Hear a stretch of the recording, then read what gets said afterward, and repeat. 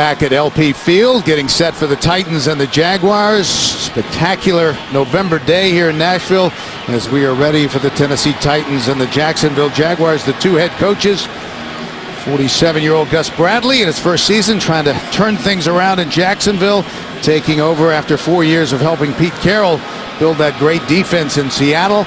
And on the other sideline, Mike Munchak, the Hall of Famer now in his third season as the Titans head coach. 31 years overall with this organization, first as an outstanding all-pro left guard, then as an assistant, and now as the man running the show on the sidelines. Titans won the toss. They'll receive. 38th meeting between these two teams. The Titans lead the overall series 21-16. They split the two meetings last year. Tennessee winning here at home to close out the regular season 38-20. Josh Scobie boots it away, and here we go. Damian Williams will bring it out. And brought down hard at about the 15-yard line. Jake Locker in his third year had a great start to the season before being carted off the field in week 4. Back now, getting used to the knee brace on his right leg. Had a couple of picks last week, but threw for over 300 yards and 2 touchdowns in his return 3 weeks ago against the 49ers. Tennessee starts 1st and 10 from their own 15. Just underway here in Nashville. Chris Johnson, the lone setback. Delaney Walker, the tight end, was the motion man. Right side, Johnson cuts it back. A nice hole on 1st down. And the ball is loose. Jacksonville saying they've recovered. And they have. An early turnover by Chris Johnson and the Tennessee Titans, and Paul Posluszny came away with it. Well, you see right there, it looks like Posluszny's the one who made him cough it up, and you see the ball rolling. It rolls right to the chest of Posluszny. What turned out to be a nice opening play for the Titans, a 5-yard gain. Posluszny, who told us, they spent a lot of time looking at themselves over the bye weekend, as you think they would with an 0-8 record. Came up and said they needed to tackle better. Guys were too worried about doing exactly the right thing in the scheme. They didn't cut loose and play hard enough. In that case, they got it done. An early opportunity for Jacksonville. Left side. Run the ball on 1st down. Jarrell Casey made the stop on Maurice Jones-Drew. This defense of the Jacksonville Jaguars, Gus Bradley told us they tried to scheme away their problems, and both the defensive players and the coaches told us, they just had too much going on mentally. They started to play a little tentative, and they kind of turned their players loose, and it paid big dividends on the opening play that set up this red zone drive. They would love to get off to a fast start today. They've scored only 1 first-half touchdown on offense. Maurice Jones-Drew powers his way down close to the 5-yard line. Michael Griffin finally brought him down after a gain of 12. Well, there's no question that the early part of this season, Maurice Jones-Drew was still feeling the effects of that Liz Frank strain that he had the last half of last season and had surgery on to try and repair. Now it looks as though in the last month or so, even before the bye, he started to look like the player that we've all come to really expect him to be. So 1st and goal from the 6. Jones-Drew, touchdown. Maurice Jones-Drew from 6 yards out. Well, Maurice Jones-Drew has had some pretty memorable games in this building. As you see there, the lead play goes right behind Tafohu, and right up inside that play couldn't have been blocked any better by Jacksonville. Coming out after the bye week, looking crisp offensively in their run game. That will help everything for this Jacksonville team to get their first win. So the Jaguars able to take advantage of the turnover by Tennessee. And with 13:29 left to go in the first, quickly it is 7-0 Jacksonville. Maurice Jones-Drew from 6 yards out. Jacksonville on the board early. Maurice Jones-Drew has rushed for over 100 yards in each of his last 3 trips here to LP Field, including 186 in 2010 and 177 in 2009. Jacksonville with a 7-0 lead. Williams from 5 yards deep in the end zone brings it out. And brought down as he crosses the 10-yard line. So Jake Locker and this Tennessee offense back out on the field, now trailing 7-0.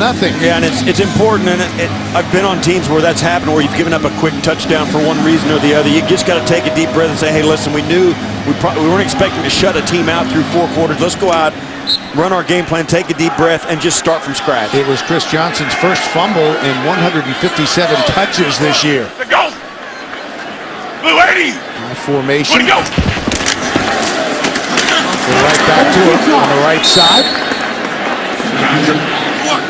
Now to about the 13-yard line. Big men up front for the Titans. They did a good job opening holes for Chris Johnson last week. Otto starts again. Schwenke is the rookie, making his 3rd NFL start today. Backs and receivers. Everything in this offense is just easier if they can get number 28 outside or in space, coming off his best game of the season last week against St. Louis. 2nd and 8. Locker rolling out. Incomplete. Chris Johnson couldn't bring it in. Here's the Jacksonville defense. Jason Babin with over 50 career sacks will try to bring some pressure off the edge. The linebackers, Paul Posluszny there in the middle, covered the fumble. Jacksonville's leading tackler since he came over from Buffalo 3 years ago. Young in the secondary, 3 of the 4 starters are rookies, including Jonathan Cyprien, who they think can be a big, physical, playmaking, strong safety for a long time to come. Second possession after the quick turnover by the Titans. 3rd and 9 up top, and incomplete over the head of the tight end Delanie Walker. Walker had a step or two, but Locker couldn't hit him. Well, Locker let it go early. Delanie Walker waited a long time to look back for this football. He's going to be coming down the right-hand part of your screen. You see Locker lets that go. The landmark usually is either the inside or the outside edge of those numbers. And no question, Walker and Locker did not have a good communication there. The ball had to come out so quickly. And the receiver's got to get his hands around. Walker's got to get his head around. He had a chance to catch that ball. Kern's punt. It's short. Sanders waves everybody off. And Jacksonville will take over in Tennessee territory after a 35-yard punt. Already an eventful game. Chris Johnson with the fumble. And then the touchdown from Maurice Jones-Drew. The NFL on CBS is sponsored by Southwest Airlines. Find our fares online only at southwest.com. Mercedes-Benz and the all-new CLA. And by Quicken Loans for a mortgage experience that's engineered to amaze. Spectacular November day here in Nashville. Aerial coverage of today's game is provided by MetLife. Good field position in Tennessee territory for Jacksonville. Mojo slams his way down to the 46-yard line. Front for Jacksonville with the rookie Luke Joeckel out for the season. Jaguars are on their 3rd starting left tackle in Cameron Bradfield. Jackson receivers, Justin Blackmon is gone. The Jaguars want to get the former Pro Bowler Mercedes Lewis, who's back from a calf injury, going at tight end. 2nd and 8. Henny. Maurice Jones-Drew tries to get to the edge and out of bounds. Driven out by Akeem Ayers, the outside linebacker. Here the Titans defensively. Jarrell Casey, Tennessee's talented young defensive tackle who leads the team in sacks. At linebacker, Colin McCarthy starts again in the middle for Moses Boku. And in the secondary, the corners are solid. Pollard is the safety who came over after winning a Super Bowl ring with the Baltimore Ravens. Second possession for Jacksonville after the turnover. 3rd and 6 and incomplete. Intended for the rookie Ace Sanders.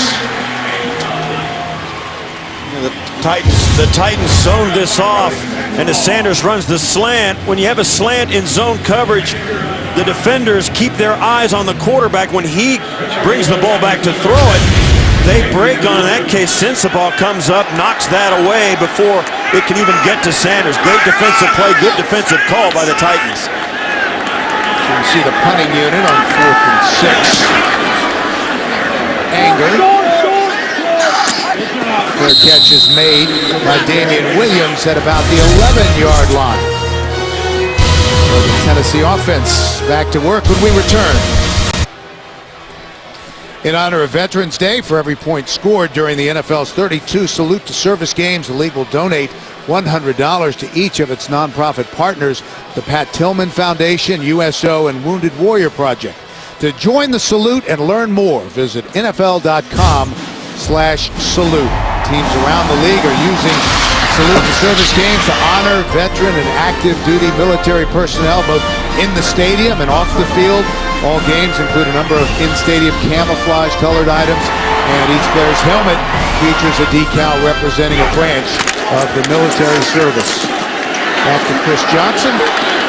Tough running off tackle as he gets it out to about the 14-yard line. And if you look at Chris Johnson on a week-to-week basis over the course of his career, sometimes he'll sprinkle in one of those games like he did last week, 150 yards, 180 yards, and then he'll go down underneath 100, under 60 even.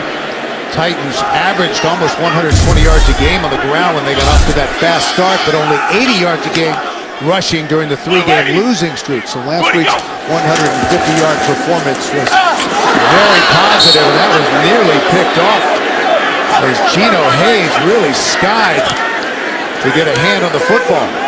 3rd and 7 for Tennessee. That really was an athletic play. He backed off the side of the line of scrimmage. Watch how high he gets up, extending that, trying to get the football to the outside to Nate Washington, and Washington was running wide open. That was going to be a nice play, but a great play by Hayes to knock it away.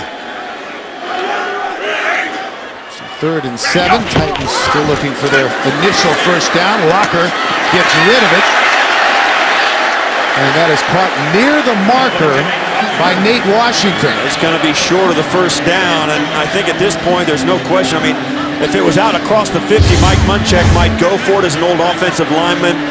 I don't think it's a smart play now. It's a half a yard, and you're in your own end, already down by a touchdown at home. The referee, John Perry, indicating that it's about a half a yard short. Well, there's really no decision to be made.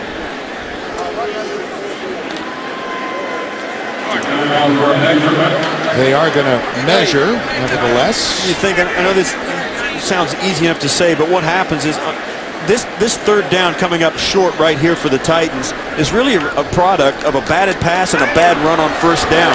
1st and 2nd down for the Titans really sets up their ability to convert with a young quarterback, and it's the same way for Jacksonville. If you're not going to be at least moderately successful on your first 2 downs, your 3rd down conversion percentage is going to suffer because of it. So a turnover and 2 3-and-outs. Inauspicious start for the Tennessee Titans offense. Once again, we'll see Brett Kern. He averaged almost 47.5 yards a punt last year to set a new team record under that this year. Still averaging almost 44 yards a punt. Ace Sanders, the rookie, back deep for Jacksonville, standing at his own 36-yard line. Good high punt, and the fair catch made at about the 36, a 44-yard punt.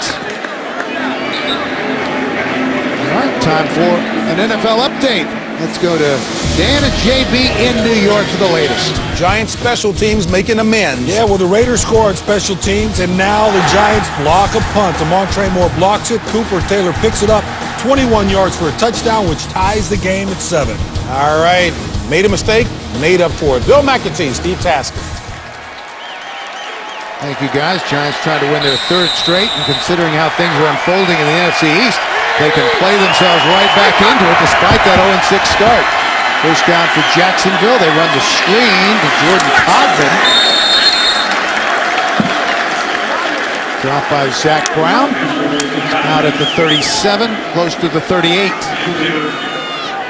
Jacksonville enjoying their first lead since week 5 when they played at St. Louis.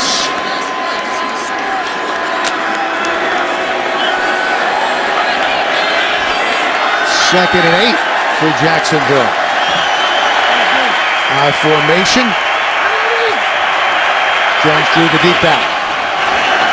Play action. Henney guns it. Mercedes Lewis. Great yards after the catch. Just fighting his way down inside the 35-yard line. Well, we said in the open, they've got to convert on third down. They've got to get Mercedes Lewis involved. They've got to be ready in the red zone. They've done all 3 so far. Lewis on the crossing route. Watch as he turns this upfield, breaks 1 tackle, and then just delivers the blow. And get off me. I'm going to the end zone. I'll tell you, Alteron Werner wanted no part of that. And that kind of play really picks up the whole bench area and your whole team. Denard Robinson, former Michigan quarterback, stopped by Derek Morgan. He has moved into the backup spot at running back behind Maurice Jones-Drew as Jaguars want to figure out what they have with this great athlete. Getting a shot as the number 2 running back. Yeah, it's interesting you say they want to figure out what they've got. That's a lot of what Jacksonville's going to do the next couple of months. They're going to figure out which guys on their roster they can win with. Because obviously after the first half they've had of this season, there's going to be some new players on this roster when 2014 rolls around. Second and 8. Henney, sideline. Boy, what an adjustment by Cecil Shorts to haul it in. And Cecil Shorts is one of those guys that they believe they can win with. He has really emerged in the absence of Justin Blackman. Watch as he reaches behind McCourty and gets his feet down a couple of times and secures the catch as he falls to the ground. We've all seen around the league as we watch these games how important it is to get up with the football, and he did. McCourty had pretty good coverage. Meanwhile, they run a play, but the challenge flag is on the field, so they may wave this play off and respect the challenge coming from Mike Munchak. Mike Munchak didn't like what he saw on the replay, or his coaches upstairs thought maybe that catch by Shorts should not have counted. And we'll see. Now here he goes up over the top. He's got to get 2 feet down with control. Now I think he's got control there. He's got it on his shoulder, but the ball doesn't move, and that foot is out of bounds. That last foot was out of bounds. But I think he also obviously came down. Based on when the flag was thrown compared to when the snap occurred. No challenge, second down. So the challenge not made in time. He didn't throw it in time.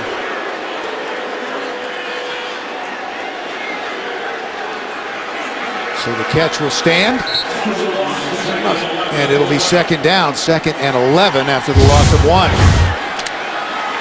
Well, here's the ball. They're getting lined up. Watch down here there's the flag right there. Wow, and you can see he didn't throw it far enough to get it into the vision. Meanwhile, a flag is thrown. Mercedes Lewis, the intended receiver, and he looked like he was knocked around prior to the arrival of the football. Now there's a lot going on here. We got a yellow flag after a red flag. And now there's a conference with the officials. And you can see on that replay with Mike Munchak throwing the challenge flag, he didn't throw it out far enough so that the official could see it. There's no foul for illegal formation based on the number of players who were on the line of scrimmage and in the backfield. Third down. Okay. Neither flag counted. The red one or the yellow. And there's no interference call. Take a look. Lewis. He gets hit. The ball gets tipped before it gets there. Team Ayers got a hand on it. That's why there was no interference call. 3rd and 11. Jacksonville trying to extend their lead. And the ball hit Ace Sanders as he was crossing and is free. Well, they went 4 wides. They took Mercedes Lewis off the field. Ace Sanders came in motion, and if it weren't for Todman, this was going to be a turnover. The ball was snapped. It's difficult to tell whether they were going to deliberately snap it to him. No, I think that was more of an avoid. He was just trying to get out of the way. And I'll tell you, I can feel for him because as a receiver, you run through this play, you get a feel for the snap count, and he knew when he raised his arm, the snap count was off compared to where he was at in the play. And Codman in the right spot. So Scobie, who has been perfect this season, 10 of 10, hits it from 32 yards out, and all of a sudden the 0-8 Jacksonville Jaguars have a 10-point lead. The NFL on CBS is sponsored by AT&T. Rethink possible. And by Jared, the Galleria of Jewelry, with 5 times the selection of ordinary jewelry stores. We are back after the Josh Scobie field goal. The Titans, when we visited with them, were aware that this could be a trap game this week. They were one of 2 teams that Jacksonville beat last year, and there are still guys around here who remember when they were trying to make the postseason a couple years ago and lost to the 0-13 Indianapolis Colts. Now trailing 10-0, 6:31 left to go in the first. Williams takes a knee, 8 yards deep. Well, fantasy football fans get a fresh start with Player Challenge, a 4-week game that now includes even bigger cash prizes. See rules and sign up at cbssports.com/challenge. Well, certainly the bye week seems to have helped the Jacksonville Jaguars off to probably as good a start as they've had all year. Obviously their largest lead of the year with 10 points here in the first quarter. A lot of things have changed, it seems, after the bye week for Jacksonville. Best starting field position for Tennessee. Sean Green has checked in. He's the deep back. Locker into the flat to Green. Lowers his shoulder. Picks up maybe a yard. Sean Green, who Mike Munchak said the Titans targeted in the offseason. They wanted to bring in a big back who could complement the speed of Chris Johnson. Green injured in the opener. Last week was his first game back and healthy and going at full speed, and he was definitely a contributor with his first touchdown in a Tennessee Titan uniform. He remains in the game. 2nd and 9. Green again. Picks his way out across the 25. And once again, let's check in with the guys in New York for an update. JB and Dan. Nick Foles keeps it going. Oh, yeah, 7 touchdowns last week. Now he drops back, time to throw, play action, middle of the field, 55 yards. At the end of it, Deshaun Jackson, ball bounces up in the air, touchdown, Philly, winning 7-0 in Green Bay. Including the bounce exactly as the coach drew it up, Bill and Steve. Thank you, guys. How about Nick Foles? My goodness, 7 touchdowns last week. Another today. Locker, center of the field, caught by Green. Brought down immediately, and depends where they mark his forward progress. And once again, they fail to convert on 3rd down. This time, a 3rd and 3. They still come up short. Sean Green catching it, getting hit immediately. And right now, there's no question, Tennessee looks just a little bit flat here in the opening quarter. Another nice defensive play from the Will linebacker, Geno Hayes. So again, the punting unit for Tennessee on 4th and 1.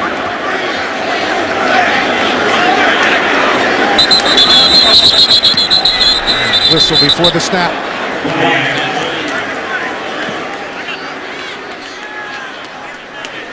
False start.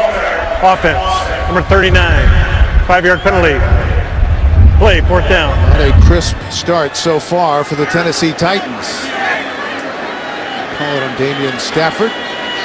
Backup safety. Yeah, and you know, that 3rd down, and even on the one before, receivers have got to go past the line to gain to get the 1st down. In that case, Sean Green came up a half a yard short, was hit immediately, and didn't convert just because he didn't take an extra step on his route. Jacksonville should come away from this with, again, good field position. Sanders retreats. Will try to return this. And looked like he might have some running room, but could not get to the outside and dropped at about the 30. A 43-yard punt. He lost 3 yards on the return. while we were away, J.T. Thomas, one of Jacksonville's special team players, was helped off the field as the Jaguars start 1st and 10 from their own 30. Maurice Jones-Drew hammered at the line of scrimmage. Jacksonville trying to snap a 13-game losing streak going back to last season. They've lost 20 of their last 21, with their only victory in that stretch coming against the Titans last November. You see Gus Bradley, the first-year head coach, has yet to win a football game as a head coach in Jacksonville, although to a man, his players have said they love him and they want to play, and they are playing hard for him, and I think better things are on the I horizon. wouldn't know it from his demeanor. He's just always positive. Play action, and that pass is caught by Clay Harbor, the tight end, for a first down for the Jaguars.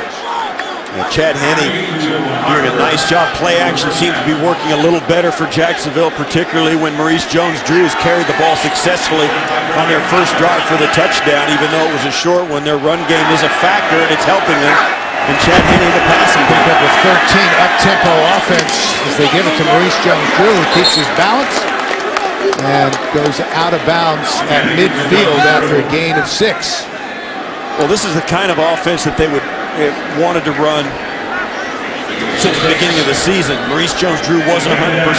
Justin Blackman's absence took one of their main weapons away, but since he's been gone for most of the season now, they've learned to cope without him. Denard Robinson puts his way inside for a couple. And this is exactly the kind of game that Jacksonville needs to play. They come up with a 3rd and 2 or less to try and convert and stay on the field offensively, getting some contributions from Harbor, Denard Walker, other players other than Maurice Jones-Drew. And it's going to pay dividends not only in this drive perhaps, but also later in the game. Robinson stays in the game on 3rd and 2. Toss it back to him, cuts inside, and he is stopped well short. Driven back at midfield by Zach Brown, the linebacker. It looked like they had the ball, came out late. One of the officials threw his beanie, and now they're saying no, that Jacksonville recovered it. They've got 2 wide receivers here to help block off the screen, but watch as Denard Robinson tries to stretch this play, cuts it up, and there's a hole there for a minute, but then sure enough, the ball did come out. And Robinson recovers his own fumble. Jacksonville lucky to get that back. Colin McCarthy has really been a huge boost for this defense. His return to the lineup has given them a ball hawk, savvy veteran in the middle who seems to always be where the ball is in the run game. Making his 3rd straight start in the middle for Moses Fotu. Angler's punt. Fair catch made by Damian Williams. Titans still without a first down. So much of what they do on offense revolves around Chris Johnson, and Steve, he's gotten off to a rough start. Well, his first touch was a fumble. In this one, a drop pass was right in his wheelhouse, and then this play, I mean, it's tough sledding, no question. And every time he has a game like this, or a start to a game like this, it's because he has the big target on him for whichever defense they're facing, and today's no different. So the big man, Sean Green, is in the backfield. 1st and 10 for Tennessee. Green back inside, falls forward across the 18-yard line. Sean Green is a 1,000-yard rusher, both 2011 and 2012 for the New York Jets. He's a big back, and you can see very solid inside. And really a great changeup for a back like Chris Johnson. Mike Munchak, I think, was exactly right. He's the perfect complement to the guy they've already got on their roster. Today he's getting some extra touches. Former Jet in his 5th year out of Iowa. Green again tries to get to the edge, turns the corner, and out of bounds. That'll bring up 3rd down. Josh Evans, the rookie safety, pushed him out last week. Here's what the combo did. Chris Johnson, 150. Best game really in a couple of years. 2 touchdowns, and then Sean Green, healthy for the first time since the beginning of the season, 38 yards and a touchdown. Mike Munchak told us that one of the stats that gets lost in all those numbers is they were 4 of 4 on 3rd and 1 last week, and Sean Green was the reason. He said, and you could tell his old offensive lineman, he said, you know, when he steps into the huddle, the offensive linemen kind of get a demeanor about them. They know they got a big physical back, and it makes them bigger and physical just looking at him. Empty backfield, 4 receivers set. Locker, middle of the field, that's called the first down. Nate Washington gives the Tennessee Titans their first down of the game, a pickup of 15. And Nate Washington, dependable veteran, a guy that Jake Locker has got so much confidence in. That's the perfect guy to go to in a tough spot to convert. Washington slow getting up, making his way to the sideline. That's the end of the first quarter. We'll return to Nashville after these messages. You're watching the NFL on CBS. The original Grand Ole Opry, as we welcome you back to Nashville, now the Rhineman Auditorium here in Music City. And Titans kind of come from behind, 10-0 as we start the second quarter. Sean Green remains in the game. Great penetration by the Jacksonville front, led by Russell Allen. Well, it's an all-new night of comedy on CBS, beginning with How I Met Your Mother and Two Broke Girls, followed by a new Mike and Molly and Mom. It all starts tomorrow at 8, 7 Central, only CBS. 2nd and 13. Already seeing some dividends from the bye week on the Jacksonville defense. The tackling, the basic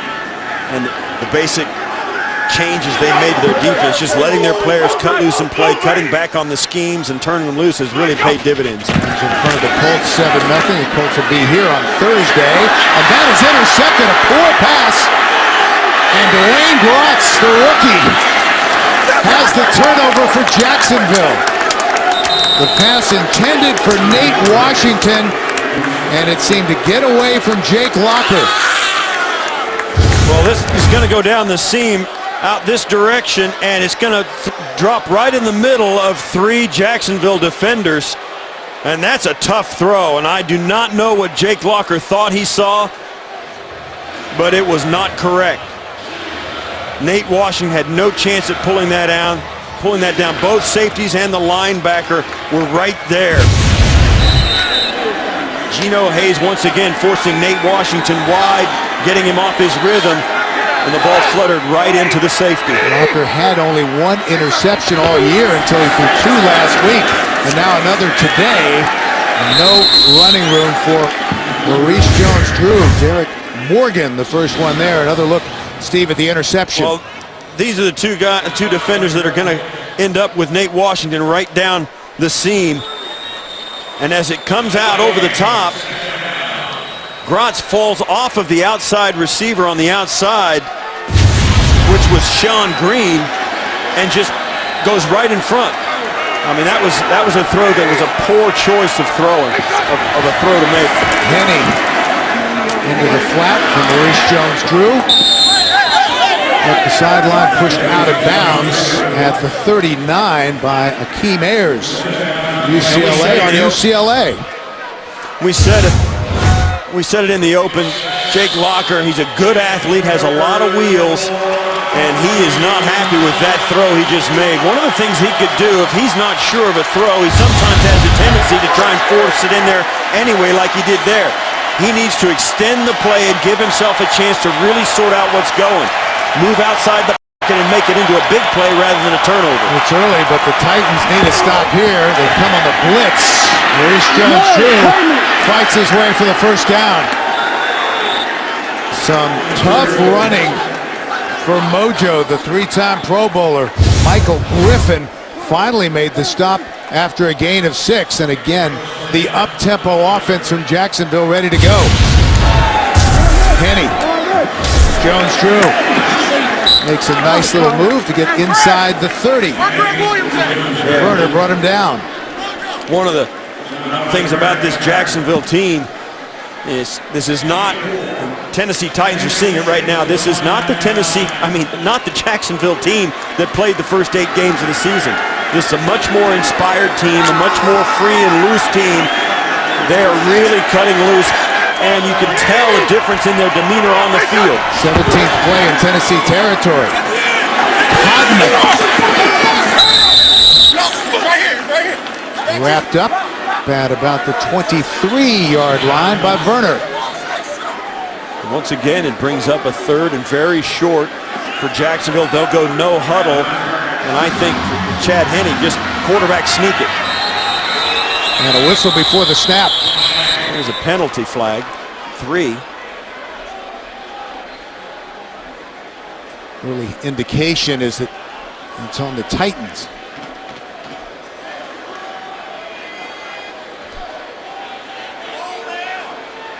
There's an illegal substitution. Oh, they took a timeout. They took a Prior timeout. to 12 men on the field. Timeout. Tennessee. Teams first. So wisely taking the timeout before the flags were thrown. 11:36 left to go in the half. Moments ago, Brian Schwanke, the fine rookie center, making his way to the locker room as Jacksonville faces 3rd and 1, leading 10-0. Jones-Drew, nowhere to run. Terrific job by the Titan defense, led by Sammy Hill. Yeah, and this is just great penetration. Sammy Hill gets up through the line of scrimmage and drags Brad Meester all to center, all the way across outside the tackle, and gets in on the stop. What a great job down inside by the Tennessee Titans. So we'll see Josh Scobie once again on to try a 44-yard field goal. Perfect 11 of 11 so far this year, including a 32-yarder earlier. Trying to extend Jacksonville's lead. And does.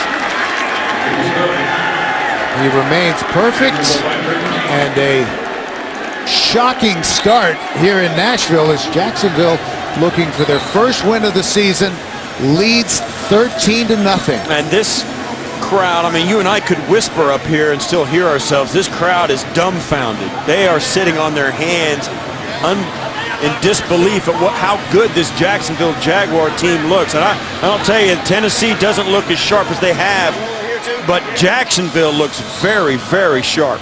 Jaguars' last victory came against the Tennessee Titans in Week 12 last season. Chad Henne threw a couple of touchdown passes. Jags intercepted Jake Locker 2 times, and they won it 24-19. And since then, they have lost 13 straight coming into today.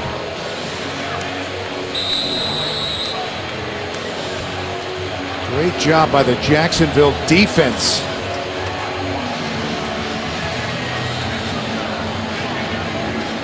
The defense has given up just 43 yards. Williams, 5 yards deep, brings it out. Finds some running room and a nice return as Damian Williams steps out of bounds at the 25-yard line. Let's take a look at what the Jacksonville defense, much maligned, has done so far today. They've been impressive. Well, they've struggled during the season, and they didn't tackle well, they couldn't cover well, they didn't force turnovers, they didn't get much penetration, and yet today they come out really inspired. And the early turnover, I think, got them off on the right track, and they've continued the momentum throughout this first half. Chris Johnson back in the game. Offset eye. 1st and 10 for Tennessee. Johnson nowhere to go. Tremendous penetration by this front from the Jacksonville Jaguars, led by Geno Hayes, who's had a heck of a game so far. Wow, this turnover differential today, they're +2. That helps them, and you can see that's been an issue for them the entire season. The Titans trying to run their basic trap play right there, counter play, and it just stuffed, completely stuffed. Jaguars came in with the worst run defense in the league, allowing 162 yards a game, 13 rushing touchdowns. They also allowed 100 yards on the ground in 8 consecutive games, the longest streak in the NFL. Locker manages to escape and lowers his shoulder, brought down hard, short of the first down. Winston Guy collided with Locker. And that was a collision. And one of the things about Jake Locker, he is a good runner. He can run, as you can see here. But the thing about it is, as a quarterback, don't put yourself in that spot. Go feet first or get out of bounds. And that's not something Jake Locker's going to want a lot of today or at any point. That's dangerous for a quarterback. So 3rd and 2 after the 10-yard scramble. Locker incomplete. Tried to go underneath to Kendall Wright. He's been quiet. He can't bring it in, and Tennessee will have to punt. Once again, even Kendall Wright was short of the first down, the line to gain anyway. If he pulls that in and goes down and is touched, it's not going to be a first down anyway. Jake Locker really not giving himself a chance on 3rd down. And this is, that's going to be the issue for the day. The Titans have got to stay on the field offensively. They have really struggled to move the football. And I think it's because of turnovers and because they've come up short on 3rd down conversions. Kern boots it away. Good high punt. Sanders will have a chance to return it. Stays on his feet and then finally brought down from behind at about the 29-yard line by Taylor Thompson. 25-yard punt, an 8-yard return. Chad Henne and the Jaguars lead at 13-0.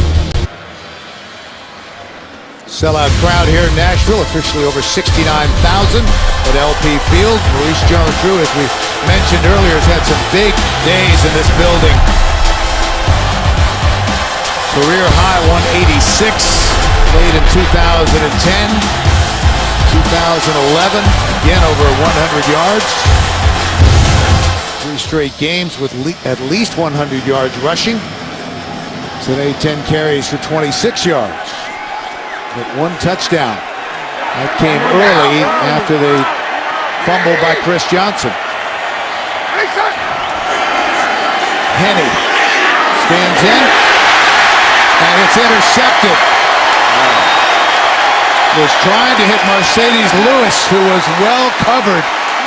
And the interception made by the middle linebacker, Colin McCarthy. And he threw this right into Colin McCarthy's chest. Henne was getting the pressure's going to come here. He's going to feel it and let go of this football, even though he knows he's probably not going to be able to complete. He throws that right at McCarthy. That ball was thrown right at a defender. Henne's getting pressure right in his face by Casey, and then gets hit on the outside by Morgan. He can feel the pressure. He just can't let that pass go. You gotta throw that away or in the dirt somehow, some way. Don't throw that football. So Tennessee running their first play of the day in Jacksonville territory. Chris Johnson with a nice pickup on 1st down. Down inside the 30. Winston Guy made the stop. The Titans run a couple of different types of running plays. This was a little bit of a stretch play. Chris Johnson, as you can see, before he gets it, he runs to the sideline, then cuts it right back up inside. And that creates the hole with his path before he even gets the football. Turns into a nice gain. Tennessee trying to take advantage of Jacksonville's first turnover. Johnson reverses field. Dives forward to the 25. That'll bring up 3rd and short. And let's check in once again in New York for an update. Tavon on Interstate 98. Oh, yeah, right on the rail, the sidelines, that is. Tavon Austin cuts back inside. He goes 98 yards, stays in bounds. 21-0 Colts. A surprise, that's in Indy. They have a fumble return for a touchdown, a punt return for a touchdown. 21-0 Bill and Steve. Wow. And that's a shocker as well. Sean Green carries on 3rd down, and they'll unpile, and this will depend on the spot. As you can see how important it is here in Tennessee that Indianapolis take it on the chin today against St. Louis. If Tennessee could manage to come back and win this, it turns into a 5-4, 6-3 game, and that's a lot different than it looks right there today before today started. I mean, that would be huge for the Titans if they could come back and win this game and have Indianapolis lose. Red 80! Ready, go! Locker seemed to head the wrong direction, keeps it. and upended at the 16. It's hard to say whether that was a broken play.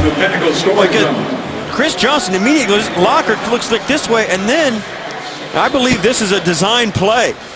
As you can see, they've got a pitch relationship. Jake Locker trying to find somebody to really either take him or Chris Johnson. He decides to tuck it and turn up the field. That's a design play for the quarterback. Good for 8 yards, 2nd and 2. For 18 yards and 2 carries. Johnson bobbles the football. It's loose.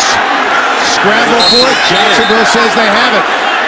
Well, they had everything they wanted on this run play. Chris Johnson never got a handle on it.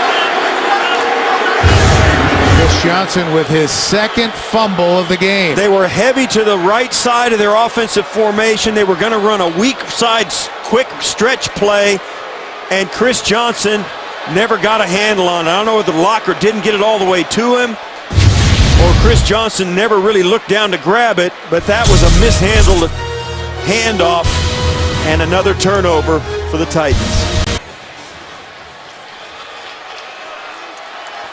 6:22 left to go in the half. Jacksonville takes over. Maurice Jones-Drew, nice hole right side.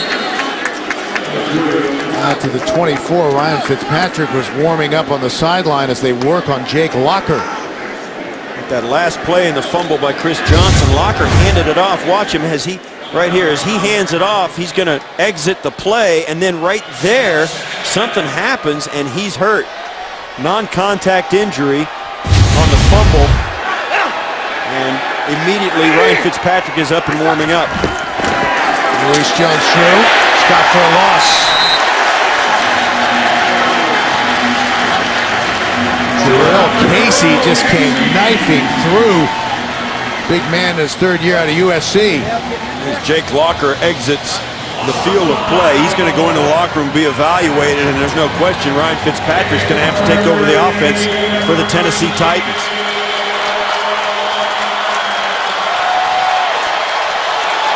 Third and 8 for Jacksonville. They lead it 13-0. Mistake-filled first half for the Tennessee Titans. Henne under pressure and sacked. Down he goes.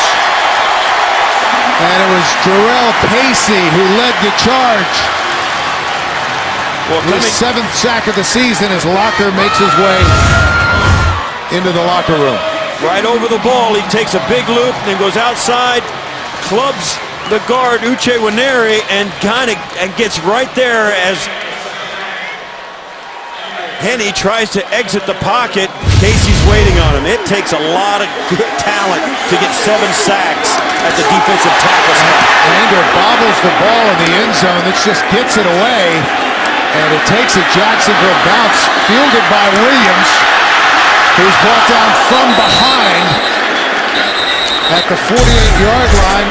Demetrius McCray made the stop. It was a 45-yard punt, a 3-yard return, and here comes Ryan Fitzpatrick. Ryan Fitzpatrick, as you look at Jarrell Casey, a couple of big defensive plays in that last series. Fitzpatrick in his 9th NFL season, first with the Titans, and he takes over. They run the screen to Chris Johnson, who has some running room. Chris Johnson. And a late flag comes in, and we could have a block in the back.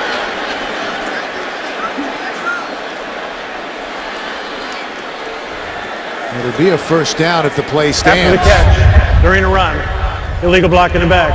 Offense, number 13, 10-yard penalty. 17-yard gain negated. And that's the kind of play that Tennessee needed, though, to get back on this, get Chris Johnson the ball in some space, and of course Kendall Wright trying to come back and help out and spring him with that final block.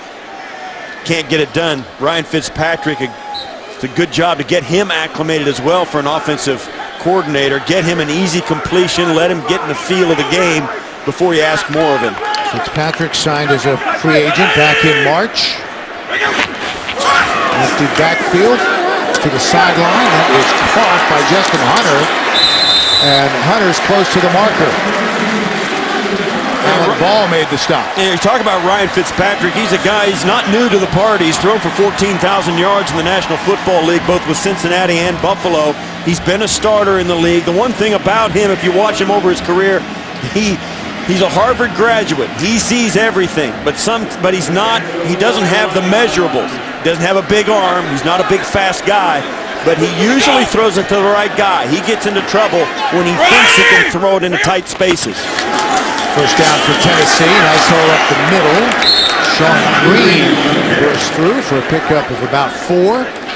And Derek Marks made the stop. Yeah, with the backup quarterback coming in, Bill, you know they've got to get the run game going. They don't want to put this game on the shoulders of a quarterback in Ryan Fitzpatrick who didn't take any snaps in practice except mental ones. They need the running game and the offensive line to take this game over. 2nd and 7. Green. Big man moves the pile inside the 35, down close to the 33. Posluszny was the first one there. I think it's rare, but it happens a lot sometimes, and particularly in teams with a young quarterback like a Jake Locker. Your backup is that sage veteran that you're not going to surprise with anything. You can plug him in. He's played a lot of football, and we'll see things. We'll see if Ryan Fitzpatrick throws this football to convert the 3rd down past the marker instead of in front of it like Jake Locker. 4 wide receivers. All alone in the seam, Kendall Wright with a first down for Tennessee. Mike Harris made the stop after a gain of 15. That play will probably take us to the 2-minute warning, and Ryan Fitzpatrick got his team on the move to get back into this game. Titans are threatening. They trail 13-0. Perfect start for Ryan Fitzpatrick, 3 of 3, and the word is that Jake Locker has a right foot injury and his return is questionable. Tennessee's 2nd trip into the red zone. They fumbled the last time. Kendall Wright down to the 10. Cyprian made the stop. Well, now they found something that seems to be working against this Jacksonville defense. They're running inside. That's a great, well-designed screen. As you see Wright run a quick out and then loop back around the left tackle, Michael Roos, and get back into the play. Ryan Fitzpatrick finds him well blocked, well executed. 2nd catch of the game for Kendall Wright, who has taken over as the Titans' leading receiver. 2nd and short. Chris Johnson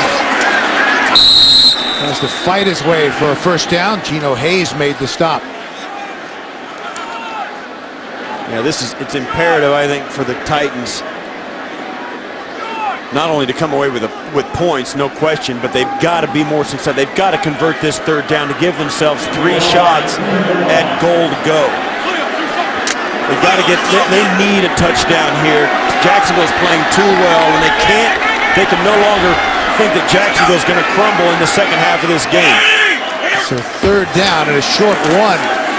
Fitzpatrick to the end zone, touchdown, Taylor Thompson.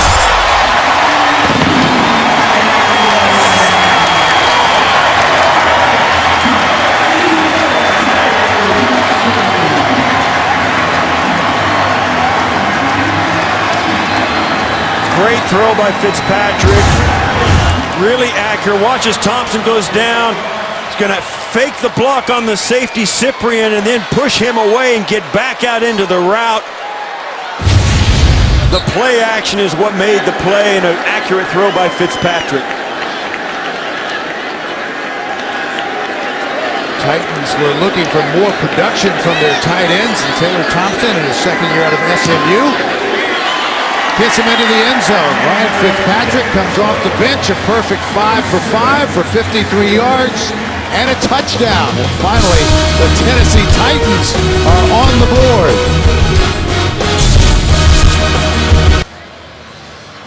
Coming up on the Verizon Halftime Report, join JB, Dan, Shannon, Boomer, and Coach Cower for all the latest scores and highlights from Week 10. That's all coming up on the Verizon Halftime Report. 13-7, Jacksonville, 41 seconds left in the half. An 8-play drive, 52 yards. Thompson with the 9-yard touchdown reception on the pass from Ryan Fitzpatrick. Perfect coming off the bench. Todman is the deep man for Jacksonville.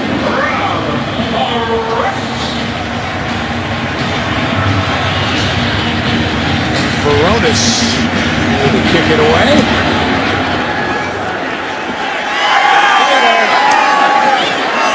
Todman will take a knee.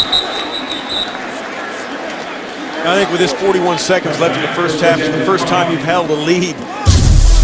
You've had your biggest lead. Your team is playing as well as it's played all season. I think if the riskiest play I would run here if I'm Jacksonville would be a screen pass or an easy completion, a draw play, something of that sort. Otherwise, hand it off or kneel down, get into halftime, and tell your defense you need more turnovers in the second half. That has been the difference. Henny, give it to Maurice Jones-Drew. Fights his way for a yard. Flag down in the secondary.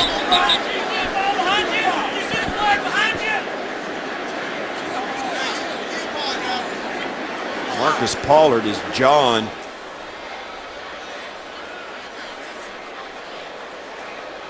The receivers. John Perry, our referee, trying to sort things out. There's no foul for illegal block in the back. Second down. Well, if there's a legal block in the back, that's why Marcus Pollard was unhappy. Again, coming up with the Verizon halftime report, JD, Dan, Shannon, Boomer, and Coach Cower with all the latest from around the National Football League. That's all coming up shortly. The guys in New York on the Verizon halftime report. 2nd and 9. Maurice Jones-Drew. Close to the 27-yard line. McCarthy made the stop.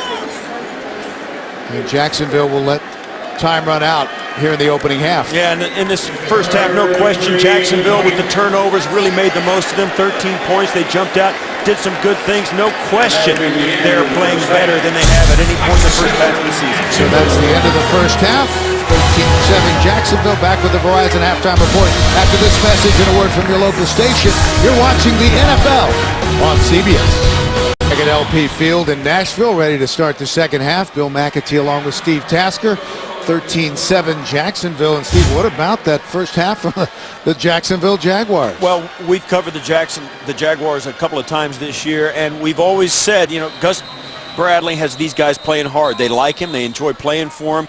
They haven't got any results for it, and his mantra has been just get better, just get better. And today, some of those things are starting to come to fruition. They are playing better, and they still play hard for him. Let's take a look at some of the numbers in the first half. Obviously, turnovers a key. There were 4 in the first half.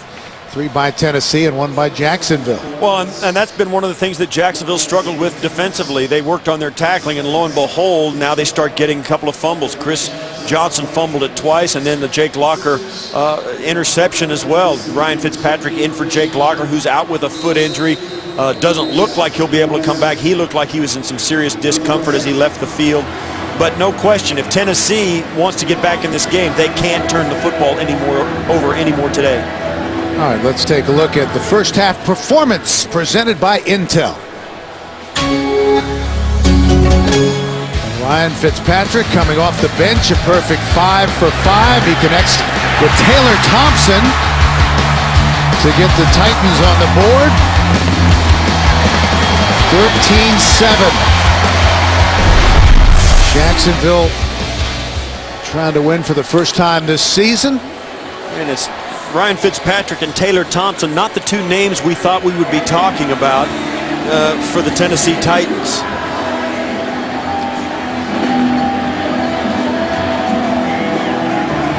Titans trying to get above 500. Snapped a 3-game losing streak last week, but in against a tough and determined Jacksonville Jaguars squad. Jordan Todman back deep. Jacksonville will have the football to start the third quarter, and here we go.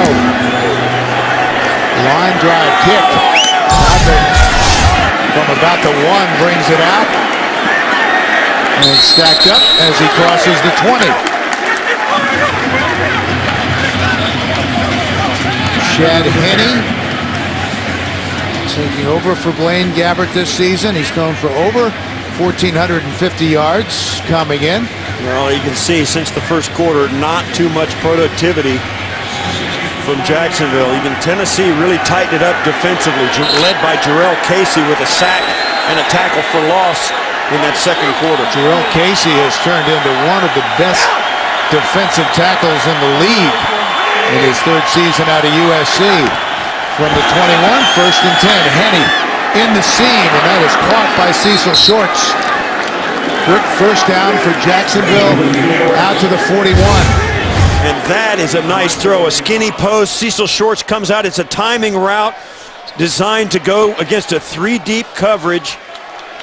Perfectly executed by both Shorts and Henne. Cecil Shorts back now as Jacksonville's #1 receiver with Justin Blackmon suspended indefinitely. Jones-Drew, some nice running by the 3-time Pro Bowler. Brought down by Casey. Made a stop down the field, and we have a marker down. This is going to be a legal procedure against Jacksonville. And I'm surprised that this play went ahead. It was a flag that was right at the line of scrimmage. Illegal formation. Offense. The tight end was covered up. 5-yard penalty, and we'll replay. First down. That's Bring that why. back. That's why they let the play proceed. It wasn't motion. It was an illegal formation. This is the tight end right there. That's too many guys on that sideline scrimmage. This guy's covered. He has to be an eligible receiver. And this guy is on the line of scrimmage. He needs to be off the line of scrimmage. So they moved it back to the 36. And some confusion on the Jaguars sideline, so they'll have to take a timeout to talk it over. 13-7 Jacksonville as we start the third. Jacksonville trying to snap a 13-game losing streak going back to last season. Play action from Henne, flush from the pocket. And a marker is down and a couple more now. The original marker was back at the 30, and then a couple more came in at the point of contact. Marcus Pollard, it was an absolutely late, ridiculous hit by Marcus Pollard, he's acting like he's playing in the 1990 instead of 2013. I mean, there was a day when that would have been gone without even a There's whisper. 2 fouls on the play. They'll offset. Holding, number 61. Personal foul. Hit on a defenseless player. Defense, number 31. Will replay. First down. And that's a horrible penalty for Marcus Pollard to take. Henne comes in feet first. Watch as he comes in. When he goes in feet first, you can't touch him. And not only did Marcus Pollard touch him, he came in and put a stamp on it. And that is an absolutely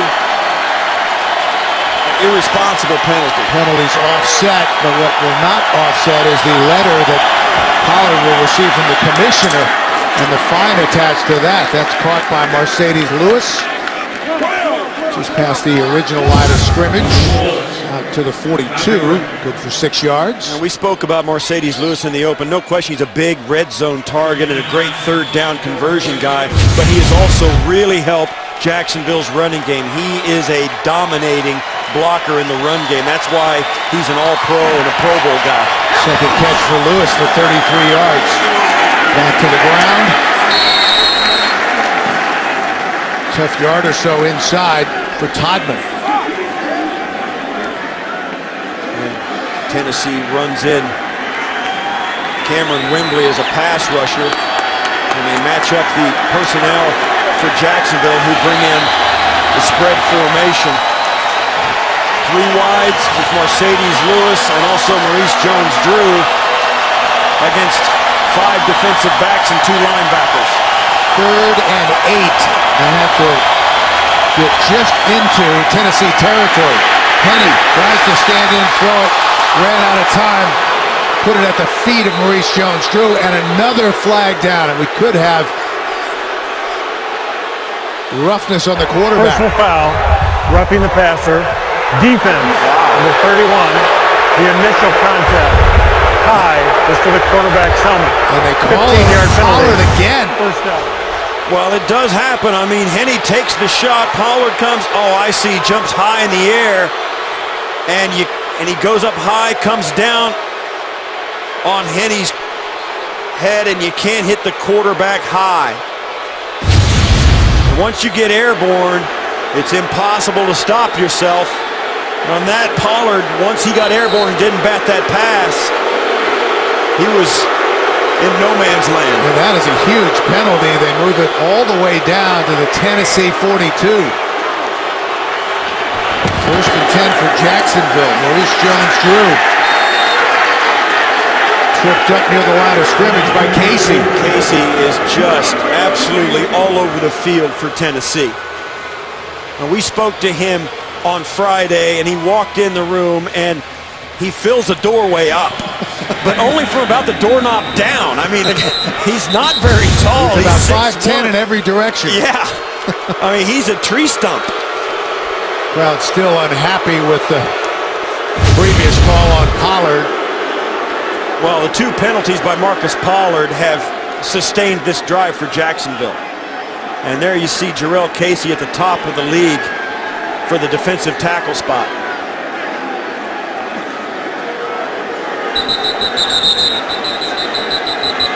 Now that both teams out kind of getting a drink of water, the officials wondering what, somebody had to replace their shoe. Somebody lost a shoe and they were waiting on him to replace it. And now the officials are getting the players in order. I think it was Cameron Bradfield. But here we go, 2nd and 9. Henne sacked again. Now that's going to be a hold and a sack. Mike Martin. Holding, offense, number 74. 10-yard penalty, replay, 2nd down. Yeah, Sam Young, who came in, who replaced Bradfield because he lost his shoe, immediately gets the holding call on Bradfield as he comes around. Or excuse me, on Wembley as he comes off the corner. You see there, it got him around the neck. And of course, then Mike Martin is there to clean up.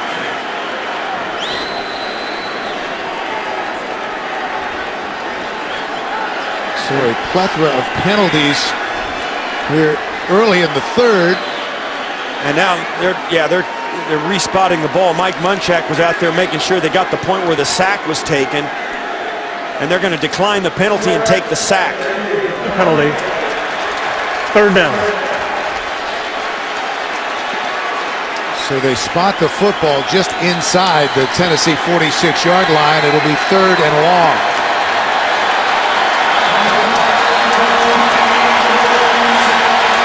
Third and 14 for the Jaguars, who lead 13-7. Field receiver set. Maurice Jones-Drew in the backfield with Henne. Jones-Drew with some running room. Has the first down.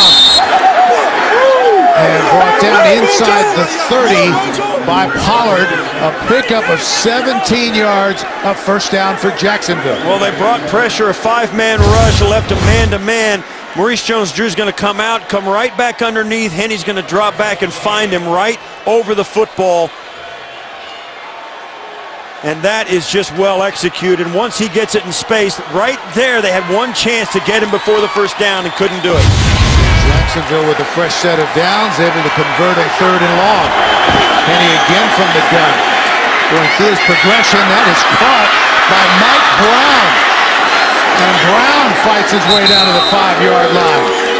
He had a huge game for Jacksonville in week 7 with 120 yards on 5 catches against San Diego.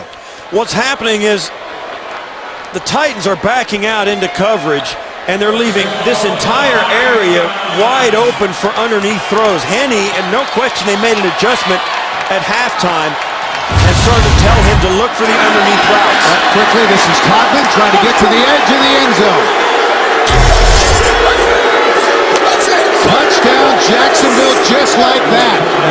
take anything away from Jacksonville, but Tennessee has no one to blame but themselves. 2 penalties by Marcus Pollard early in this drive sustained it and allowed them to stay on the football field, and then getting them into a 3rd and 15 that they allowed them to convert on a short pass, long run. That's what happens, and that's what gives up touchdowns in the NFL. Todman, former 6th-round pick by the Chargers in 2011, signed by Jacksonville late last season. He's in the end zone for Jacksonville. The extra point by Scobie is good. And the Jaguars lead at 20-7 with 10:17 left to go in the 3rd. Todman with the score.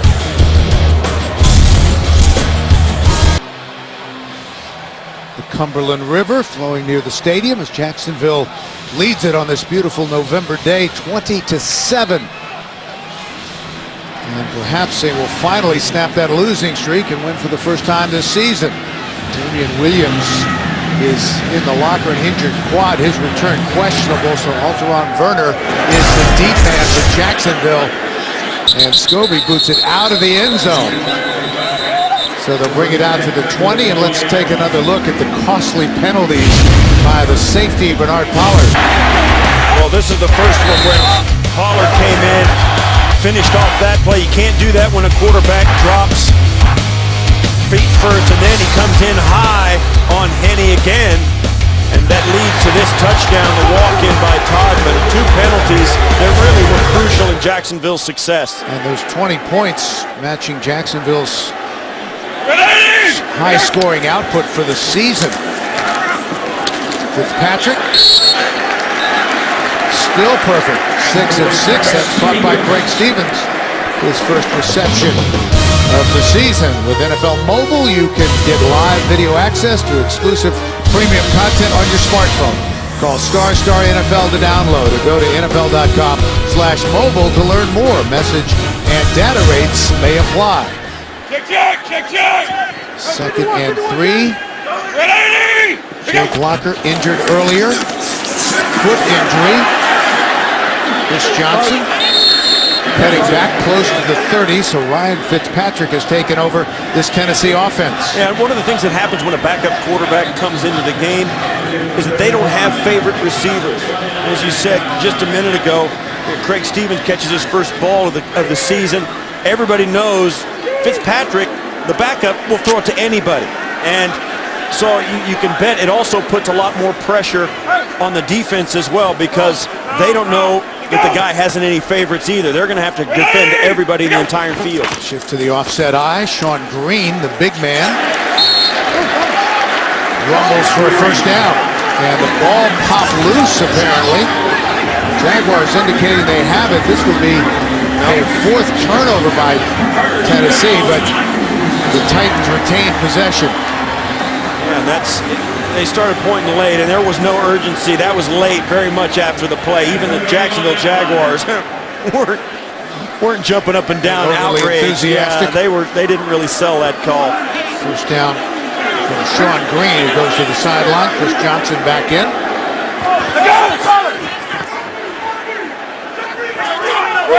20-7 Jacksonville. Fitzpatrick going deep. Justin Hunter, the rookie. And there's a marker down as well. Well, he was interfered with, absolutely no question about it.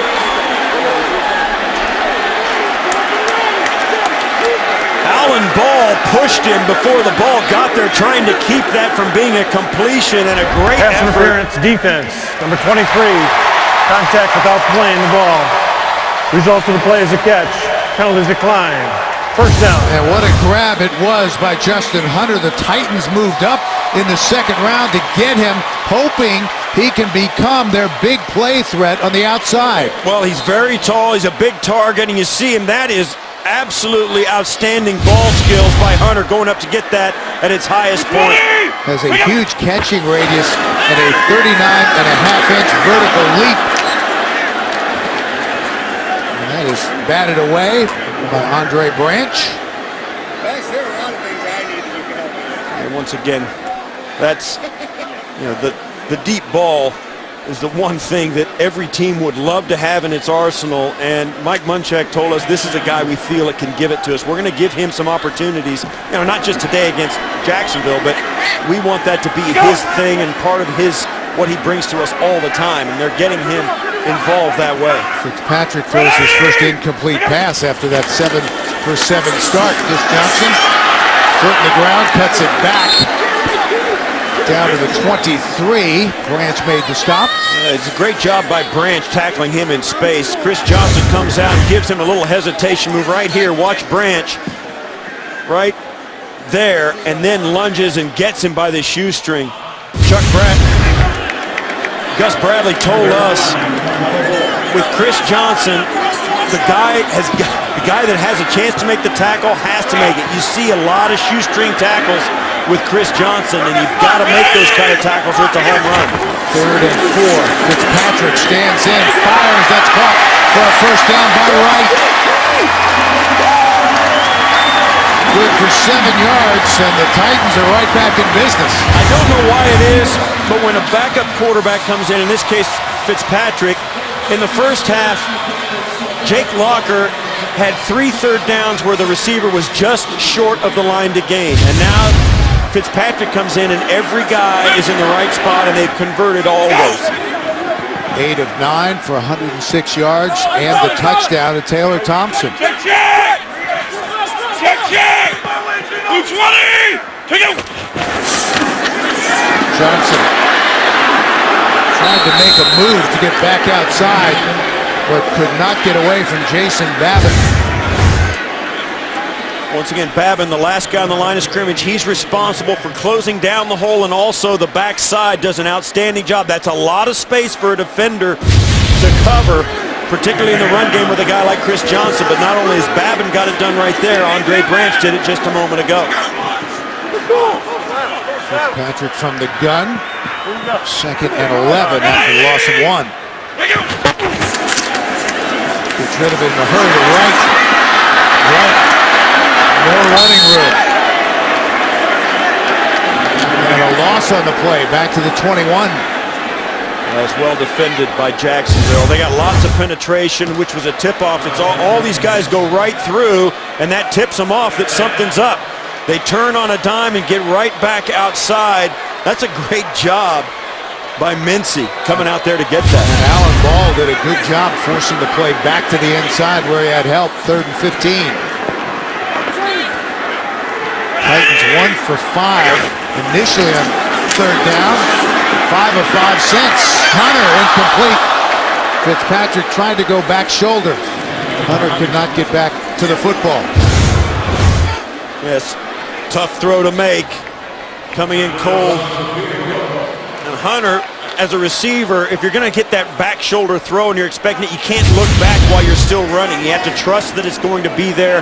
Put your foot in the ground and then get your head around. Don't run with your head looking back at the quarterback, because that allows the defensive back to get a tip-off that the ball is on its way. So you see Rob Baronis. Officially 39 yards. And he's got it. 12 or 15 on the season for Rob Baronis. And this was the big play on that drive. The long catch, a spectacular grab by the rookie out of Tennessee, Justin Hunter. 20-10, Jacksonville. Back in Nashville, Tuesday on CBS, a Person of Interest 3-episode event begins, and this time a hero will fall. Don't miss a new Person of Interest Tuesday at 10, 9 Central, only CBS. Both teams with a possession here in the 3rd quarter. Jaguars with a touchdown. Titans with a field goal. Time to settle in with your nachos. Watch what has been a very entertaining ball game, and Jacksonville surprisingly leading it 20-10. 5:15 left to go in the 3rd. Typing back deep, 5 yards deep in the end zone for Jacksonville. Bonus after the 39-yard field goal. Line drive kick from the 2. With some room and a nice return. Out near the 34-yard line. Pretty good tackle by a kicker. Here comes Chad Henne. And the Jaguar offense, they lead it 20-10. Thursday on CBS, Will Arnett, Margot Martindale, and Bo Bridges star in the #1 new comedy, The Millers, Thursday after The Big Bang Theory, only CBS. Let's take a look at Rob Baronis here, getting physical on the sideline. Look at this. Well, Todman goes down and gets the worst of it. It's a great tackle by Baronis, but you don't need to get up and stare him down. You are a kicker. Let's not, You like getting in let's the not mix. lose our sense of reality. You're on the visitor's bench. Do not get up and stare down. 2010 Jacksonville. Henne will go from the gun on first down. Play action with some time, center of the field. And that is caught again by Mike Brown, the former college quarterback at Liberty. Good for 17 yards, and that is right at his average coming in. And there is a Tennessee Titan shaken up. Michael Griffin, the safety, came Michael up. Griffin, the two-time Pro Bowl safety, missed the first game of his career last week with a quad injury, and it was a collision. He got actually looks like the forearm from Pollard, who was coming in to clean it up. Pollard, I got to apologize. I've been calling Bernard Pollard Marcus about 3 or 4 times today. If he has any more plays like that, he may want to change his name. But Michael Griffin is not a guy that the Titans can afford to lose. Pollard, one of the more physical safeties in the NFL, and playing like it today, although as we see with other safeties who are aggressive, sometimes it goes too far the other direction. Ryan Fitzpatrick, who went to Harvard, looking very calm on the sideline as he talked to Nate Washington. Flea flicker, Henne got it away at the line of scrimmage and incomplete. And Akeem Ayers had a shot at it just out of his reach. Tennessee is playing ultra aggressive up front. They're really bringing some hard rushes at him. And this flea flicker is really an answer to that. You don't pull a flea flicker unless you've got a defense that's playing way too aggressive, because you feel like if you hand it off, the whole defense will react and you'll get a guy running free. Not so on that play. It was Patora Tua who got a hand on it. Jones drew over left tackle for 3. And once again, let's check in with JB and Dan in New York for an update.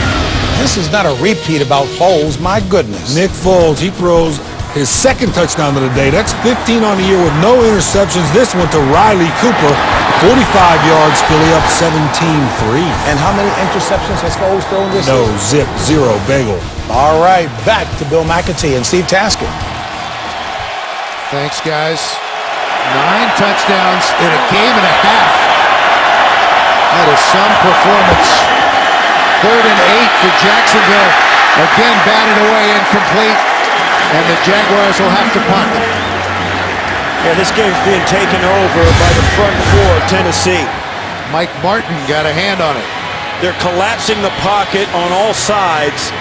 They've gotten a couple of sacks, and now 2 plays in a row, they've batted the ball right back at Chad Henne. Martin in his 2nd year out of Michigan, 3rd-round pick a year ago. So again, we'll see Brian Anger, 4th and 8. Ron Verner back deep. Taking over for Damian Williams, who's in the locker room. And lets it bounce into the end zone. They'll bring it out for a touchdown to the 20. A 47-yard punt. 3:46 left to go in the 3rd. 2010 Jacksonville. A magnificent fall day here in Nashville. Aerial coverage of today's game provided by MetLife. As the Titans take over, 1st and 10 from their own 20. Fitzpatrick out into the flat to Chris Johnson. Cuts it back. Nice pick up on first down. Well, they're trying to do everything they can to get him the football with some space. They're running in on stretch plays that gives him a chance to cut all the way back to the other side of the field. Now they're giving it to him on swing passes. He got off to the roughest of starts today. A couple of fumbles and a dropped pass, and now they're trying to get him back into the flow in the second half. Jacksonville with 10 points off turnovers. That's the difference in the ball game. Johnson with some running room. Close to the first down because Lesney made the stop. Just a little slow getting up.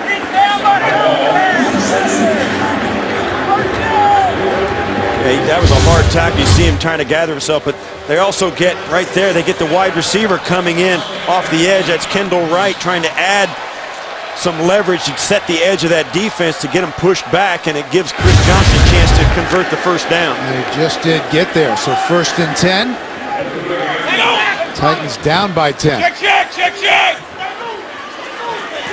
Ready! Here we go! Fitzpatrick. And a marker is down. Got a hold. Yeah, Ryan Fitzpatrick saw something immediately when that play action didn't work. Holding. Offense. Number 88. 10-yard penalty. First down. All that on the tight end, Craig Stevens. Brendan Dederick wrapped him up. Yeah, that play action pass, Fitzpatrick ran the fake, went back to throw it, and everything was covered, and what he was looking for did not happen. Chris Johnson on that last play, passing Earl Campbell into second place, most yards from scrimmage in Titan history behind Eddie George. So 1st and 20 after the penalty. Fitzpatrick to Sean Green. He's got some speed. Big man brought down hard. Josh Evans made the stop.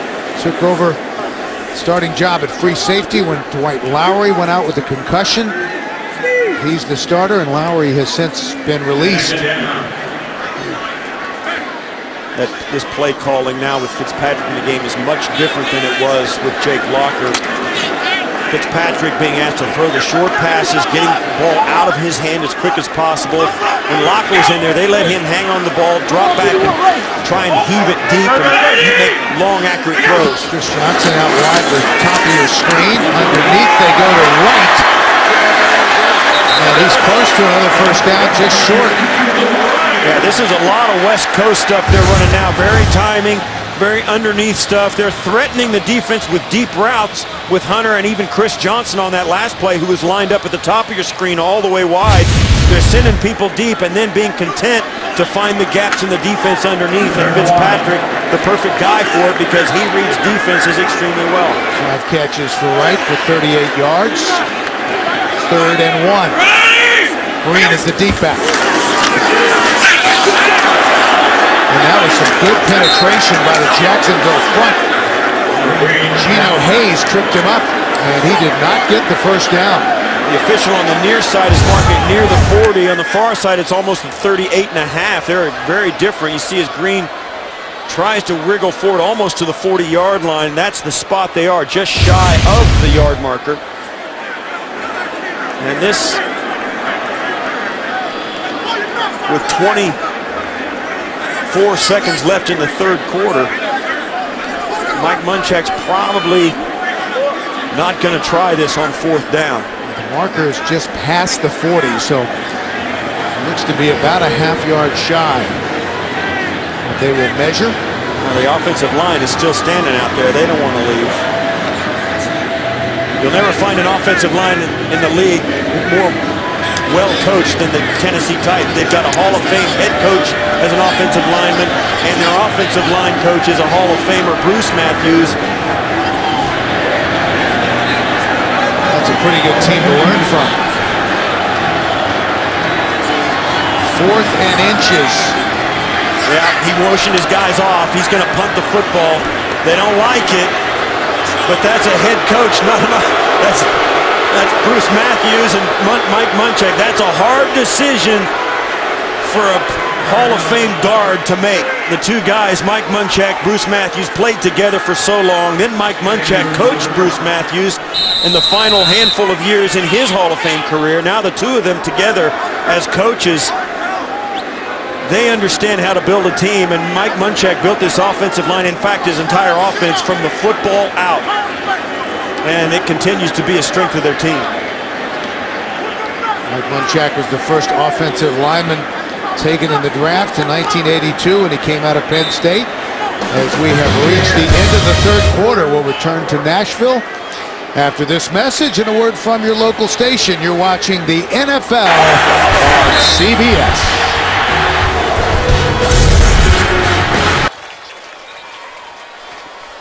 Gus Bradley 1 quarter away from his first win as the head coach in the National Football League as the Jaguars lead the Tennessee Titans 20-10.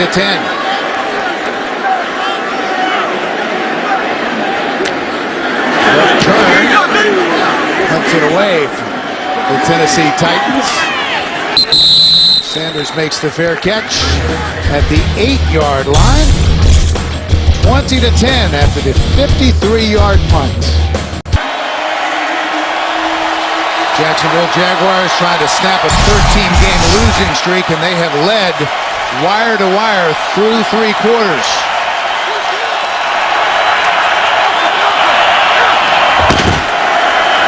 Maurice Jones-Drew brings it out, and there's a flag down. This is a hold down inside. Holding, offense, 77. Half the distance. Replay, first down. Winery working against Casey once again. It happened right at the snap as they tried to get the ball outside. And once again, I'll tell you, this Tennessee front four has really started to step up and take control of this game. They've just posted the score and a couple of the highlights from what's happening to the Indianapolis Colts getting blown out by the St. Louis Rams. The Colts will be in here on Thursday night. And if Tennessee can come back and win here and beat the Colts, they'll be tied for the lead in the division. Intercepted, Werner. 5th pick of the season for Alteron Werner. And that is exactly what the Jaguars did not want to do. We were talking during the break about what the philosophy would be, and it was going to be a lot of Maurice Jones-Drew. Then they get the penalty, it backed them up. They had to take a chance on getting the first down, trying to convert, give themselves a chance to stay on the field, and Henne throws it right to Alteron Werner. Had plenty of time standing in his own end zone, but he puts this football right where he couldn't put it. Pollard was coming over to cover as well. No way this pass is getting in there, and Henne threw it anyway. So the Titans will take over at the Jacksonville 26.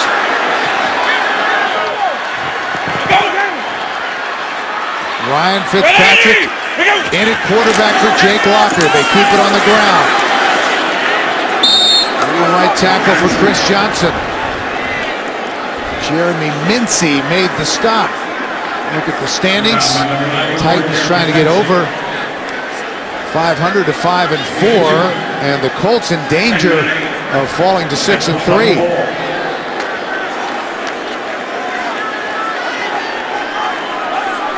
38-8. And that is a stunner from Indianapolis. 2nd and 7 from the 24. It's Patrick. Delaney Walker, the tight end, able to control the football for the completion. Yeah, and this is where Ryan Fitzpatrick, they're going to ask him to run this offense, and it's a separate offense as they move inside the 20. The whole field changes into a wide and short field. They're going to run out of space, and Ryan Fitzpatrick's going to have to fit the football in.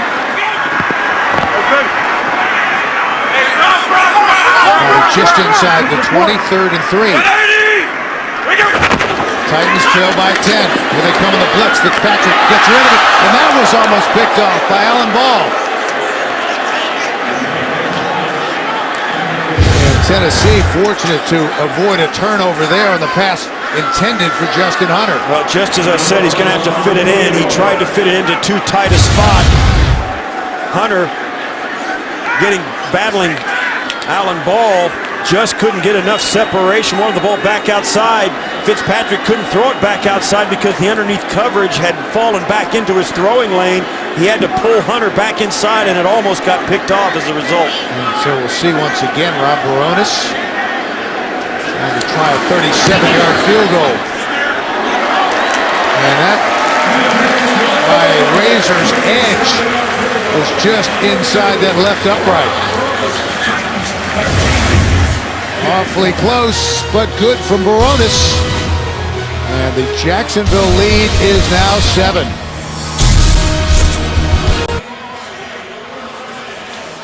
(20-13), Jacksonville. The Jaguars trying to hang on and snap a 13-game losing streak going back to last season. 12:50 left to go. And after throwing the interception that led to the field goal, getting ready to take the field once again. Baronis. Todman brings it out.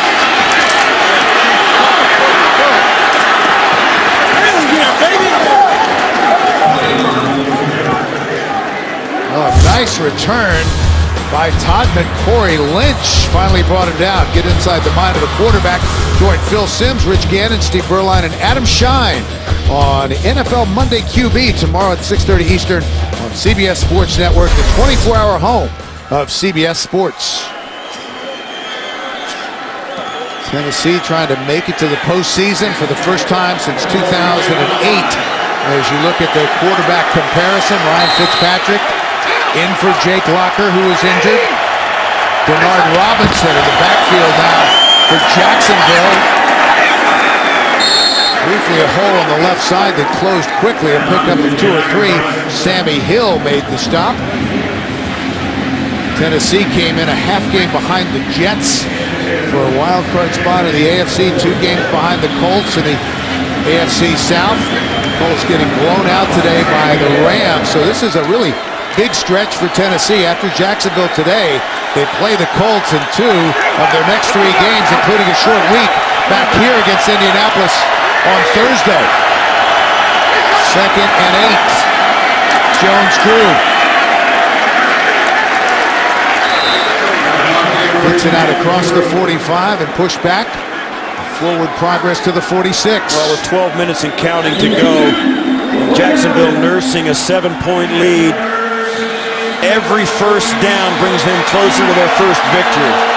Tennessee, all they need is the football, and Jacksonville has got to find a way somehow, by hook or crook, to convert this 3rd down. 3rd and 6. Henny from the gun. Fires, caught, a strike from Henny. And Stephen Burton was brought down hard, but able to hang on to the football. Great quick route by Burton. Well placed by Henny. Pollard comes in to finish it off, but they got the conversion they needed. They're into Titan territory now.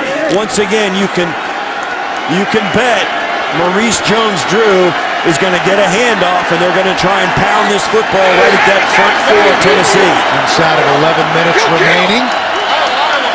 Maurice Jones-Drew back at midfield. And they give it to him on 1st down.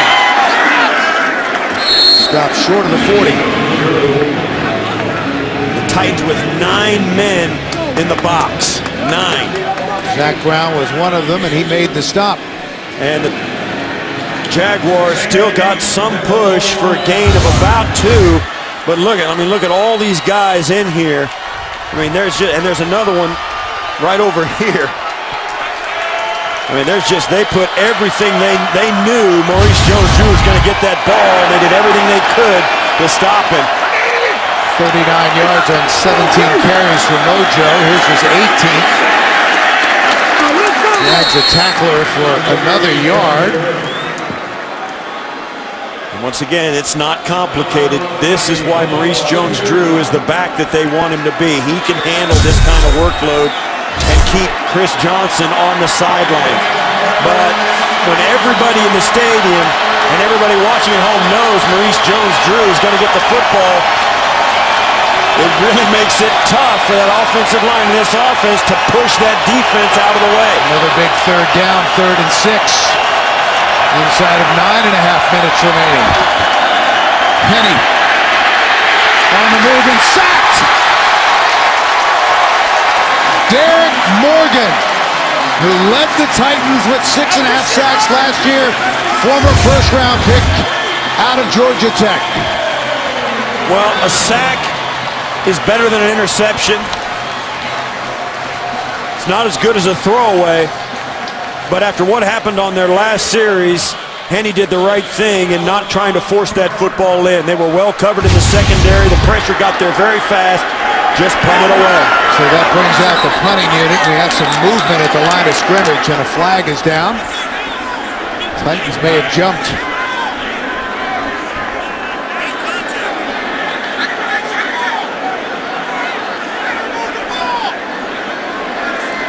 Caught Jarrell Casey leaving Neutral early. infraction. Defense. Number 99. 5-yard penalty. And indeed, it was Casey. That just actually might make it more difficult to land this punt inside the 20 without going into the end zone. He's the big man. 3rd-round pick in 2011. He has developed into an outstanding defensive tackle. He's had a big day today. Ron Werner back deep for Tennessee, replacing Damian Williams, who's left the game with a quad injury. Anger standing back at his own 43. Letting the play clock run all the way down 3. They're going to take a delay of penalty and give the 5 yards right back. Delay game. Offense. Penalty's been declined. 4th down. The reason they don't mind the 5 yards, they're inside Titan territory. It's no problem for Anger to punt this football down deep. They want to give him every opportunity now, and you see here Tennessee declined the penalty, so they know it makes it more difficult. So it's a little gamesmanship on both sides of the field. Running once again, and they'll let this go all the way down. And snap it with about 13 seconds left in the play clock. And this will be down. What a punt that was. Down near the 1-yard line.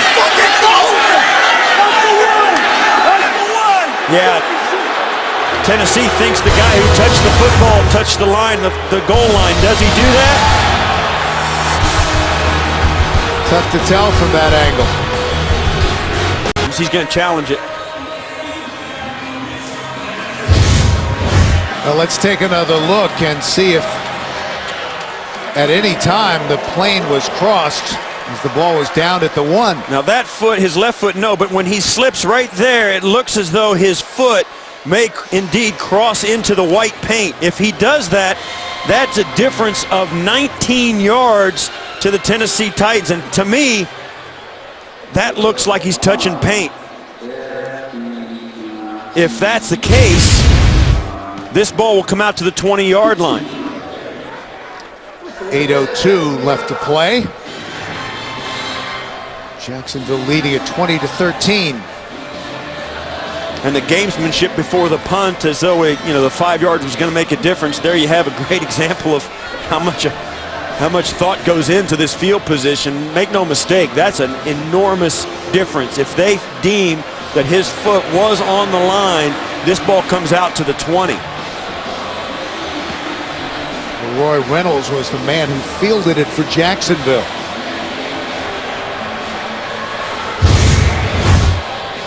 And then the issue becomes also trailing by a touchdown with half of the 4th quarter already gone. You need your timeouts for this game, so you don't want to waste one on this unless you know you're going to get it. In this case, Mike Munchak decided to go ahead and give it an opportunity. That's a big challenge.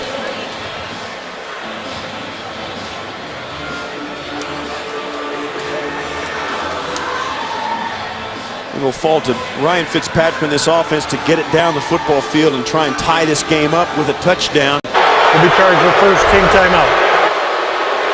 Well, So John Perry, it looked like to me his cleat was over that paint, but they did not deem that either it was above it and wasn't on the ground when it was there, or it didn't touch it at all. Perry determining that it will indeed be down at the 1, so a long field for Ryan Fitzpatrick and the Tennessee Titans as they try to come back against the Jacksonville Jaguars. Jacksonville looking for their first win of the season, trying to snap a 13-game losing streak going back to last season when they beat the Tennessee Titans in November. Fitzpatrick from his own end zone up the sideline. Intended for Kendall Wright, who was well covered. Alan Ball, who's had a pretty good game. Wright gets to the outside, and once he gets a step, you see they're hand fighting, and that's not a penalty. That's not a penalty. Well, it may have been because he was also out of bounds when that contact occurred. Well, then it's irrelevant because he can't catch the pass anyway. So 2nd and 10 for Tennessee. Under 8 minutes remaining. Sean Green in the backfield with Ryan Fitzpatrick. Fitzpatrick to Green, who just did get out of the end zone, brought down hard by Gino Hayes, and Hayes continuing to play well. Yeah, this is the one thing. I mean, this is a risky proposition for an offense thrown out of your own end zone, no question. But number 70, the hold took place in the end zone. That's result of the play. Touch safety. Oh, they call. I did not see a flag It's come out. Womack, the rookie, with the hold in the end zone, so a safety. I didn't see the flag come out at all in the end zone. Right there. And that is disastrous. He's working against Derek Marks, and there it is. He pulls him down right in front of the quarterback, and the flag comes out, and that is a safety. Disastrous for the Titans trying to come back. 22-13, Jacksonville. We're back, and Brett Kern running it away. After the safety, Ace Sanders retreats all the way back to the 9. Trying to find some running room and tripped up short of the 30. Denied, and instead of the 20, they go from the 1, and that leads to the safety. 7.5 minutes just over, left to play. 22-13. They lead by 9. Jones Drew. Down after a short gain. You got to know how deflating that is for the Tennessee Titans, a game they fought to get back into. Jacksonville jumping out to the early lead, hanging on, then coming out and answering with a touchdown right after halftime to put them back down by 10. The Titans get back into it with a turnover and a field goal. And then, I'll tell you, one recurring theme for the Titans has been penalties. The hold for the safety, the couple by Bernard Pollard in the first half that set him up for a touchdown, they've been huge. Tennessee penalized 6 times for 45 yards. Penny gets rid of it. Incomplete.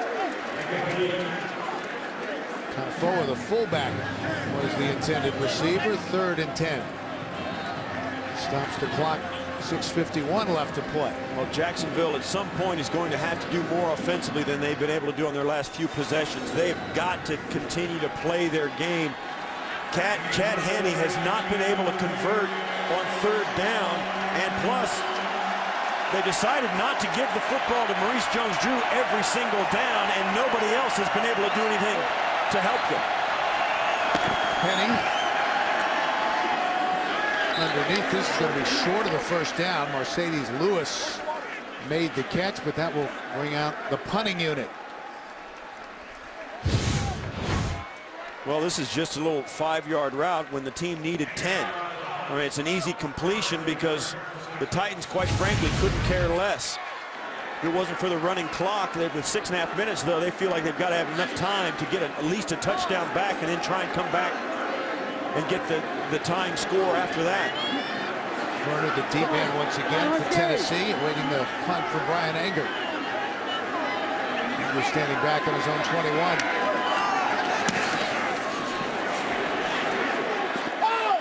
Turner will have some room.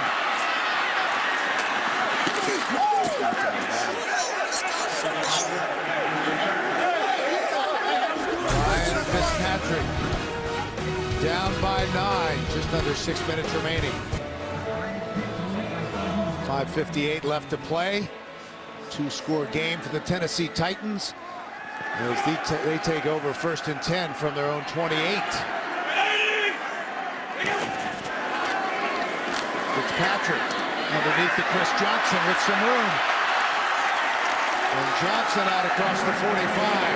Brought down by Hayes. One thing Jacksonville cannot do, they can't get conservative and start dropping all the guys out and not pressuring Ryan Fitzpatrick, because if they do that, that space is all Chris Johnson needs. If they can get him the football with space, he'll outrun most of the team, most of the guys on the field, and they're going to get big play after big play. They've got to stay aggressive defensively. Showing blitz. Here they come. Fitzpatrick calmly checks it down. Walker, the tight end, and he's got another Tennessee first down. Yeah, at this point, after those two good-sized plays and chunks of yardage, they can still run the football with Chris Johnson if they so desire. With 5 minutes and counting, plenty of time for them to get this down close and get a touchdown and still have time to get the football back from Jacksonville. A couple of big plays. That was good for 12 yards. Again underneath, and Chris Johnson hammered right after he caught the football at the 40 by Posluszny. Well, that was a replay of the play they just started the drive with, and Posluszny just saw it. He's not going to get fooled twice. He continues to run. 2nd and 7 for Tennessee. Fitzpatrick has been tremendous coming off the bench. 16 of 20 for 164 yards and a touchdown.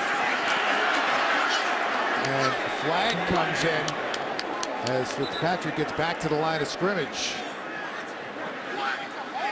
Chris Johnson clapping his hands like he was held trying to release into the pattern. Somebody grabbed him, wouldn't let him go. Holding, defense, number 94, 5-yard penalty, automatic first down. Called out on Jeremy Mincy. And that's big. They brought pressure, and Mincy was obviously supposed to back out into coverage or make sure that Chris Johnson didn't have the football. He grabbed him, wouldn't let him get out. And as Fitzpatrick looked for him to throw it right here.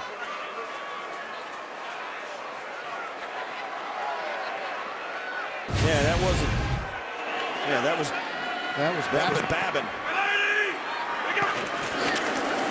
10. Fitzpatrick gets rid of it. Right. Kendall Wright. What a play by Kendall Wright. It'll be 1st and goal for Tennessee. Well, for a moment it looked like he'd made a mistake and stayed in bounds. Watch as he comes across the formation.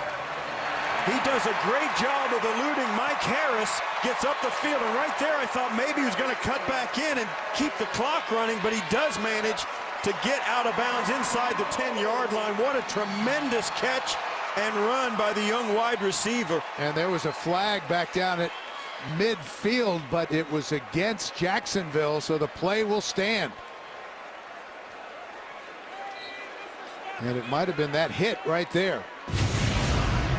Might have been a high hit on Fitzpatrick. 1st and goal inside the 5, and this is, without seeming too obvious, this is a must touchdown for Tennessee. 6 catches for Kendall Wright today for 65 yards. Fitzpatrick, he's going to run it to the end zone. Touchdown!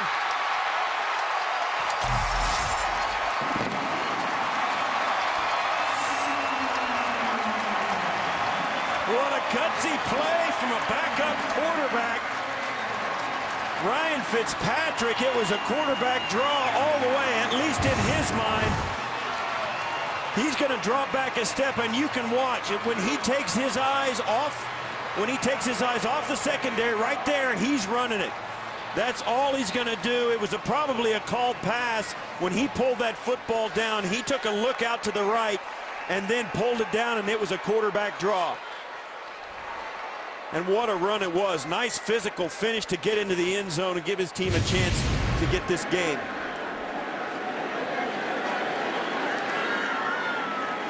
So they will review it upstairs as they do all scoring plays. 4:15 left to play. Fitzpatrick, 17 of 21 for 190 yards. He's thrown for a touchdown, and if the play stands, he's run for another. And that drive took less than 90 seconds off the game clock. So approved upstairs as he crosses the plane. And Baronis on to try the extra point to make it a 2-point ball game. There it is, right through the middle. 4:15 left to play. And Jacksonville snapped this 13-game winning streak. Can the Titans win? They'll go above 500 at 5-4. Ryan Fitzpatrick over on the sidelines. He was talking with his receivers, Kendall Wright, Nate Washington, Justin Hunter, hoping that their defense will give them another chance. That safety is the difference.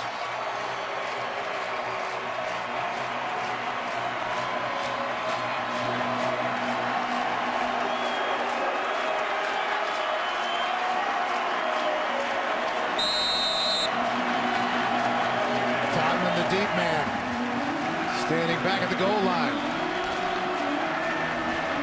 waiting the kickoff from Baronis.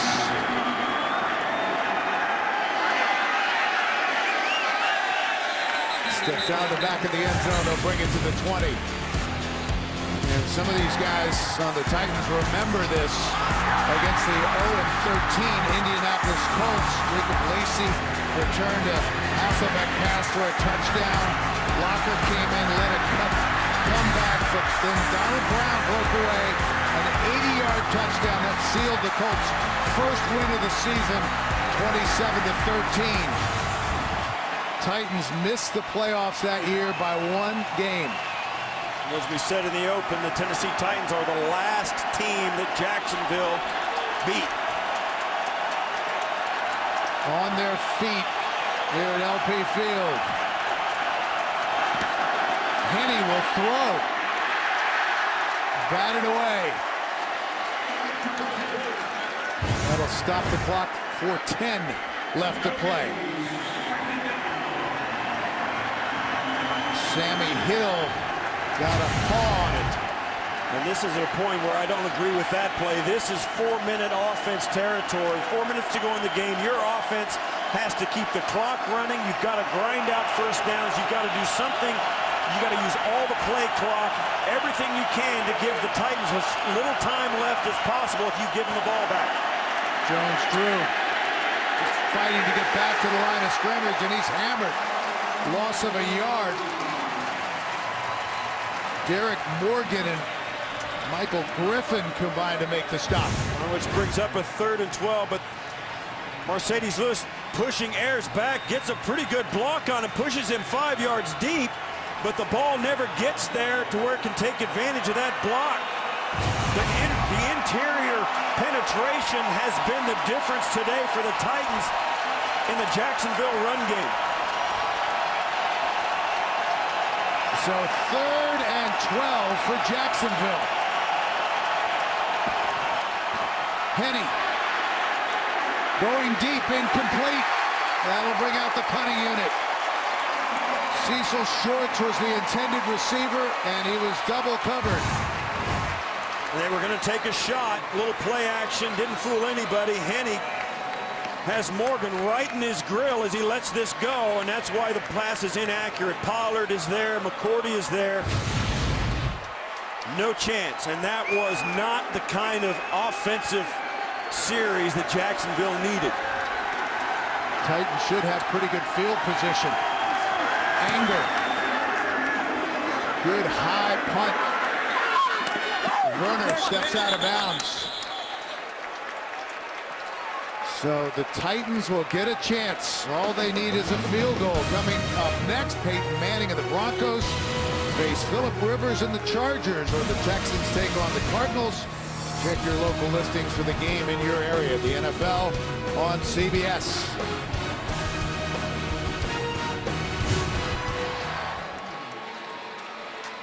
Well, he's been in this situation before. 6 career game-winning drives for the veteran out of Harvard. And on that last drive, Fitzpatrick 4-4 for 58 yards. And he scored the touchdown on a 4-yard run. First down for Tennessee. Fitzpatrick flushed in the pocket. Lowers his shoulder and takes it out to the 30. They've got to gain approximately 37 yards, well now 35 yards to get to the opposite 35 for a field goal of about 53 yards, which would be 5 yards further than Baronis has kicked all season. 2nd and 9. Fitzpatrick gets rid of it. Hunter, and they rule it incomplete. Well, now the tables have turned. Tennessee trying to pick up a 3rd and 9 to stay in this game. They cannot afford to punt this away, but if it is 4-down territory, look for them to get at least half this to pick up and give themselves a chance to convert on 4th down if they so desire. 2 timeouts left. They still could punt it away if they don't pick this up. They have to get to the 39-yard line for a first down. And the ball taken away! Stripped away by Will Blackman, who just grabbed it from Ryan Fitzpatrick. Touchdown, Jacksonville. Wow. Well, when you're 0-8, sometimes you just got to steal a win. And Blackman just stole it and sealed it for Jacksonville. Coming on the corner blitz. Pulls it away, hangs on, and takes off. And as one, the entire crowd here at LP Field pulls the ripcord and leaves. And that's hard to take if you're Tennessee. A game you fought and battled to get back into after turning it over a couple of times early on to give them the lead. You come back and the last turnover seals it. 4 turnovers by the Tennessee Titans.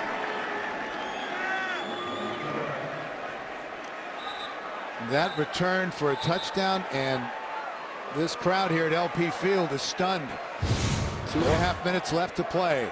This last series for Tennessee was something for Tennessee's offense, was a defensive front that they hadn't witnessed all day. Jacksonville's front 4 came to play on that last series. Ryan Fitzpatrick had no chance of getting any of these passes off. He had no chance to step up in the pocket on any of the first 3 downs of that series. And on that 3rd down, Blackman comes in and with pressure all around just manages to steal it away. Will Blackman signed by Jacksonville in late August after he was released by Seattle.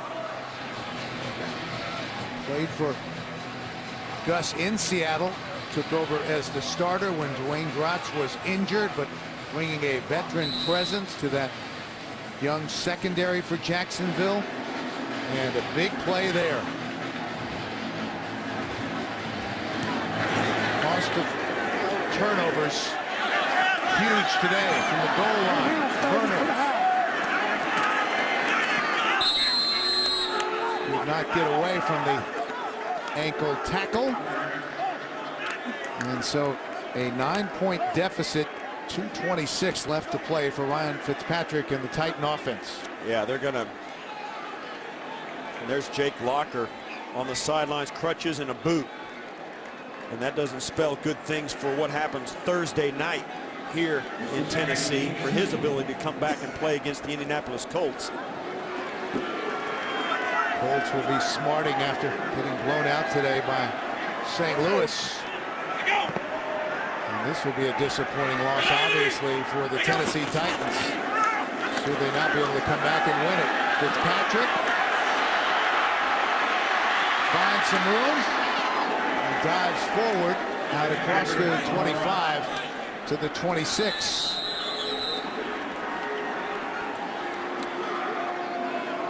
A couple of Jacksonville players slow getting up, Puslosny and Andre Branch. Andre Branch came in to clean up on that tackle on Fitzpatrick, and I think he and Puslosny collided right there. Oh, there you can see both of them. Wow. That's a big collision.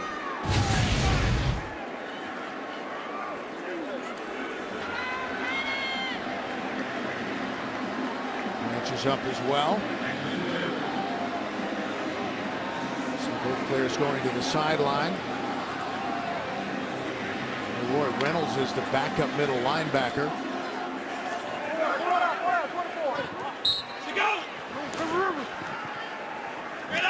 So they'll get this play off before the 2-minute warning. 2nd and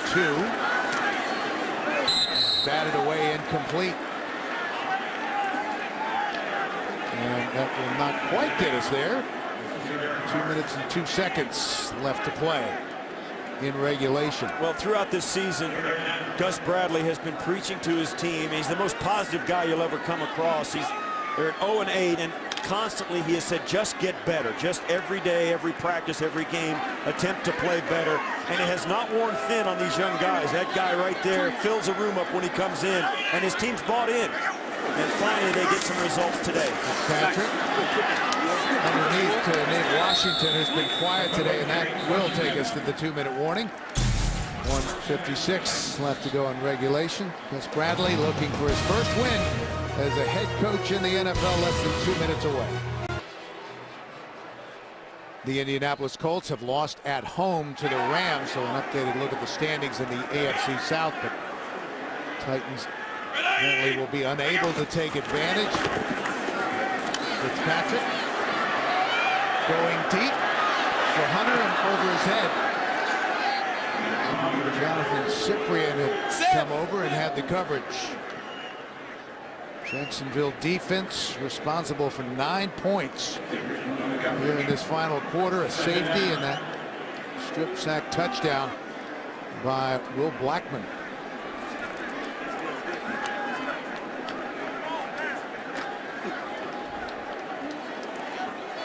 Well, it's a team always is refreshed when they come off their bye week. Jacksonville's no different.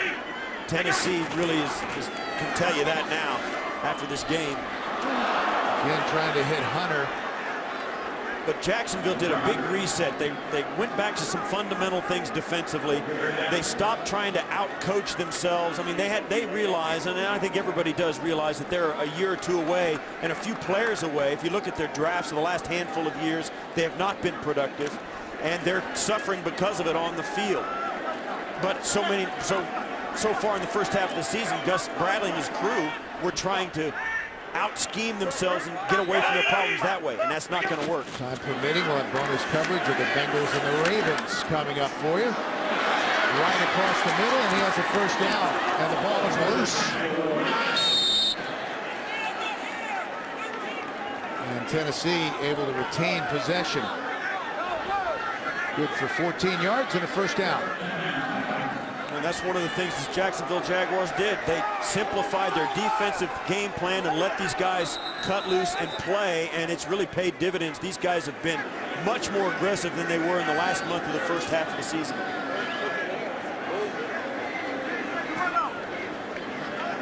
Officials having a conference. Bob Babbage, the defensive coordinator. And this ball, I thought, did come out. Yeah. It was a fumble recovered by the same player at the same spot of the fumble. Please reset the game clock to 1:22. 1:22 in the game clock, please.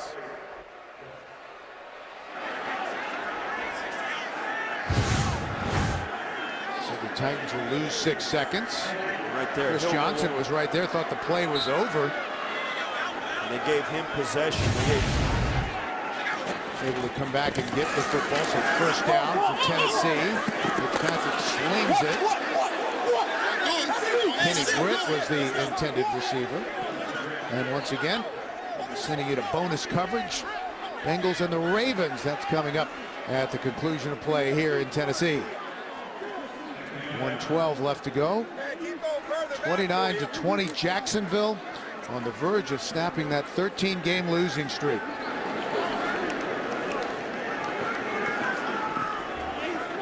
Second and 10 for Ryan Fitzpatrick. And the Titans looking for another Music City miracle. A bad snap. Fitzpatrick able to get it. Throws it behind Chris Johnson, and that was just ugly all around. Well, Mike Munchak acknowledged the possibility that might have been a trap game. They've got an enormous game this Thursday on a short week against Indianapolis, who Indianapolis fell today badly.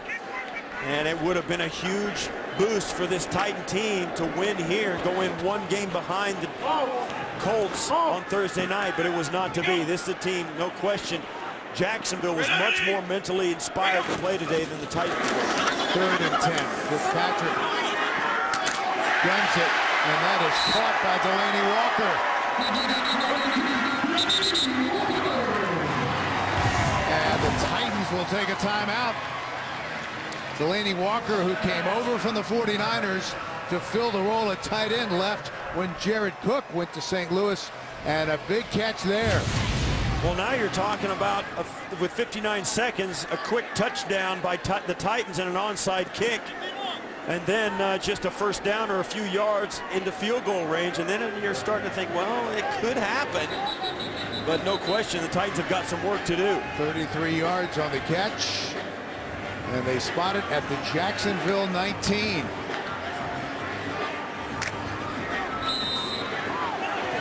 Short timeout. 59 seconds remaining in regulation. They rush for Fitzpatrick. Incomplete. They rule that a forward pass. 53 seconds left to play. The clock stops. Yeah, and there was no whistle. It's weird because he throws this, and he throws it into the dirt right in the middle of the field, and the officials didn't seem to know what happened. It looked like he was trying to pull it back and not throw it, and it went ahead and threw it. And it's just an incomplete pass. Took a long time for the officials to look at each other and decide that's the call. Patrick to Johnson. And he's wrapped up at the 14 by Geno Hayes and Russell Allen, who closed quickly. The Titans will take a timeout. Final timeout, 44 seconds remaining. Talked about this being a big stretch. They will play the Indianapolis Colts, the leaders in the AFC South, twice in the next 3 games. Then they follow that up with Denver on the road, include at Jacksonville and here at home against Houston. A lot of teams that are struggling to get wins on that list. Denver and Indianapolis are the two that stand out that are having pretty good years. 3rd and 5. 34 seconds left in regulation. Fitzpatrick to the end zone. Walker manages to hang on despite losing his hat. Well, there you have it. A touchdown brings it down. It's going to be, with an extra point, 27-29, and you think back about all the things that have happened in this game, the bad penalties, the turnovers. The Titans can still have a chance to win this with an onside kick. After that, nice throw from Fitzpatrick right down the pipe. And you think of all the factors that go into, once again, you go back to that challenge on the punt. They lost a timeout because of it, and the Titans would have a timeout now as well to use if they indeed are able to recover an onside kick after this extra point attempt. Good catch is 62 yards and a touchdown for Walker. Notice with the extra point. Once again, it's a 2-point ball game with 40 seconds remaining here in the 4th. Ryan Fitzpatrick, 22 of 33 for 264 yards, 2 touchdowns. He had the strip sack fumble that was returned for a touchdown, but other than that, his play has been outstanding. And you see, this is just sending 4 guys vertical on off the line of scrimmage, and the defense drops back into coverage. Fitzpatrick does a nice job of looking to his left, and he pulls Russell Allen out of the middle, and he can't get back in time to cover up Walker.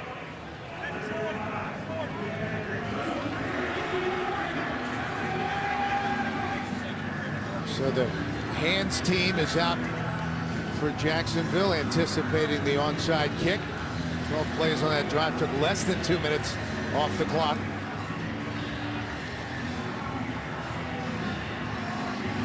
Now Veronis will try to execute the onside kick.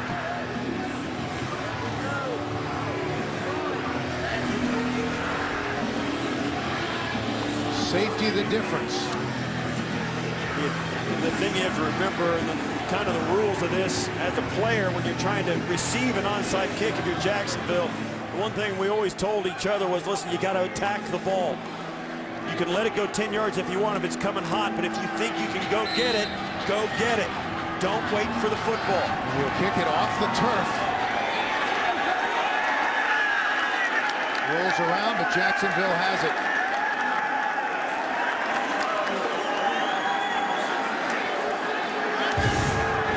Jonathan Cyprien. It's a really nice, able to come up with it. It's a nice kick. Misdirection's always the key.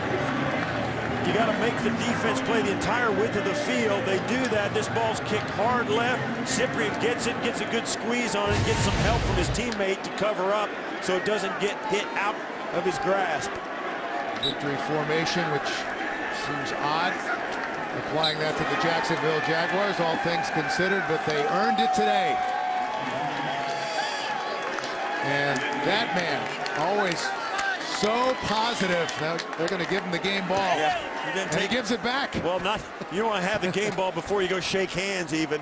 But no question, it's a special day for Gus Bradley, a game which his Jaguars rose up and played really very well in the first half and then hung on to win, aided by penalties and a Titans team that really helped them in a couple of spots that were crucial.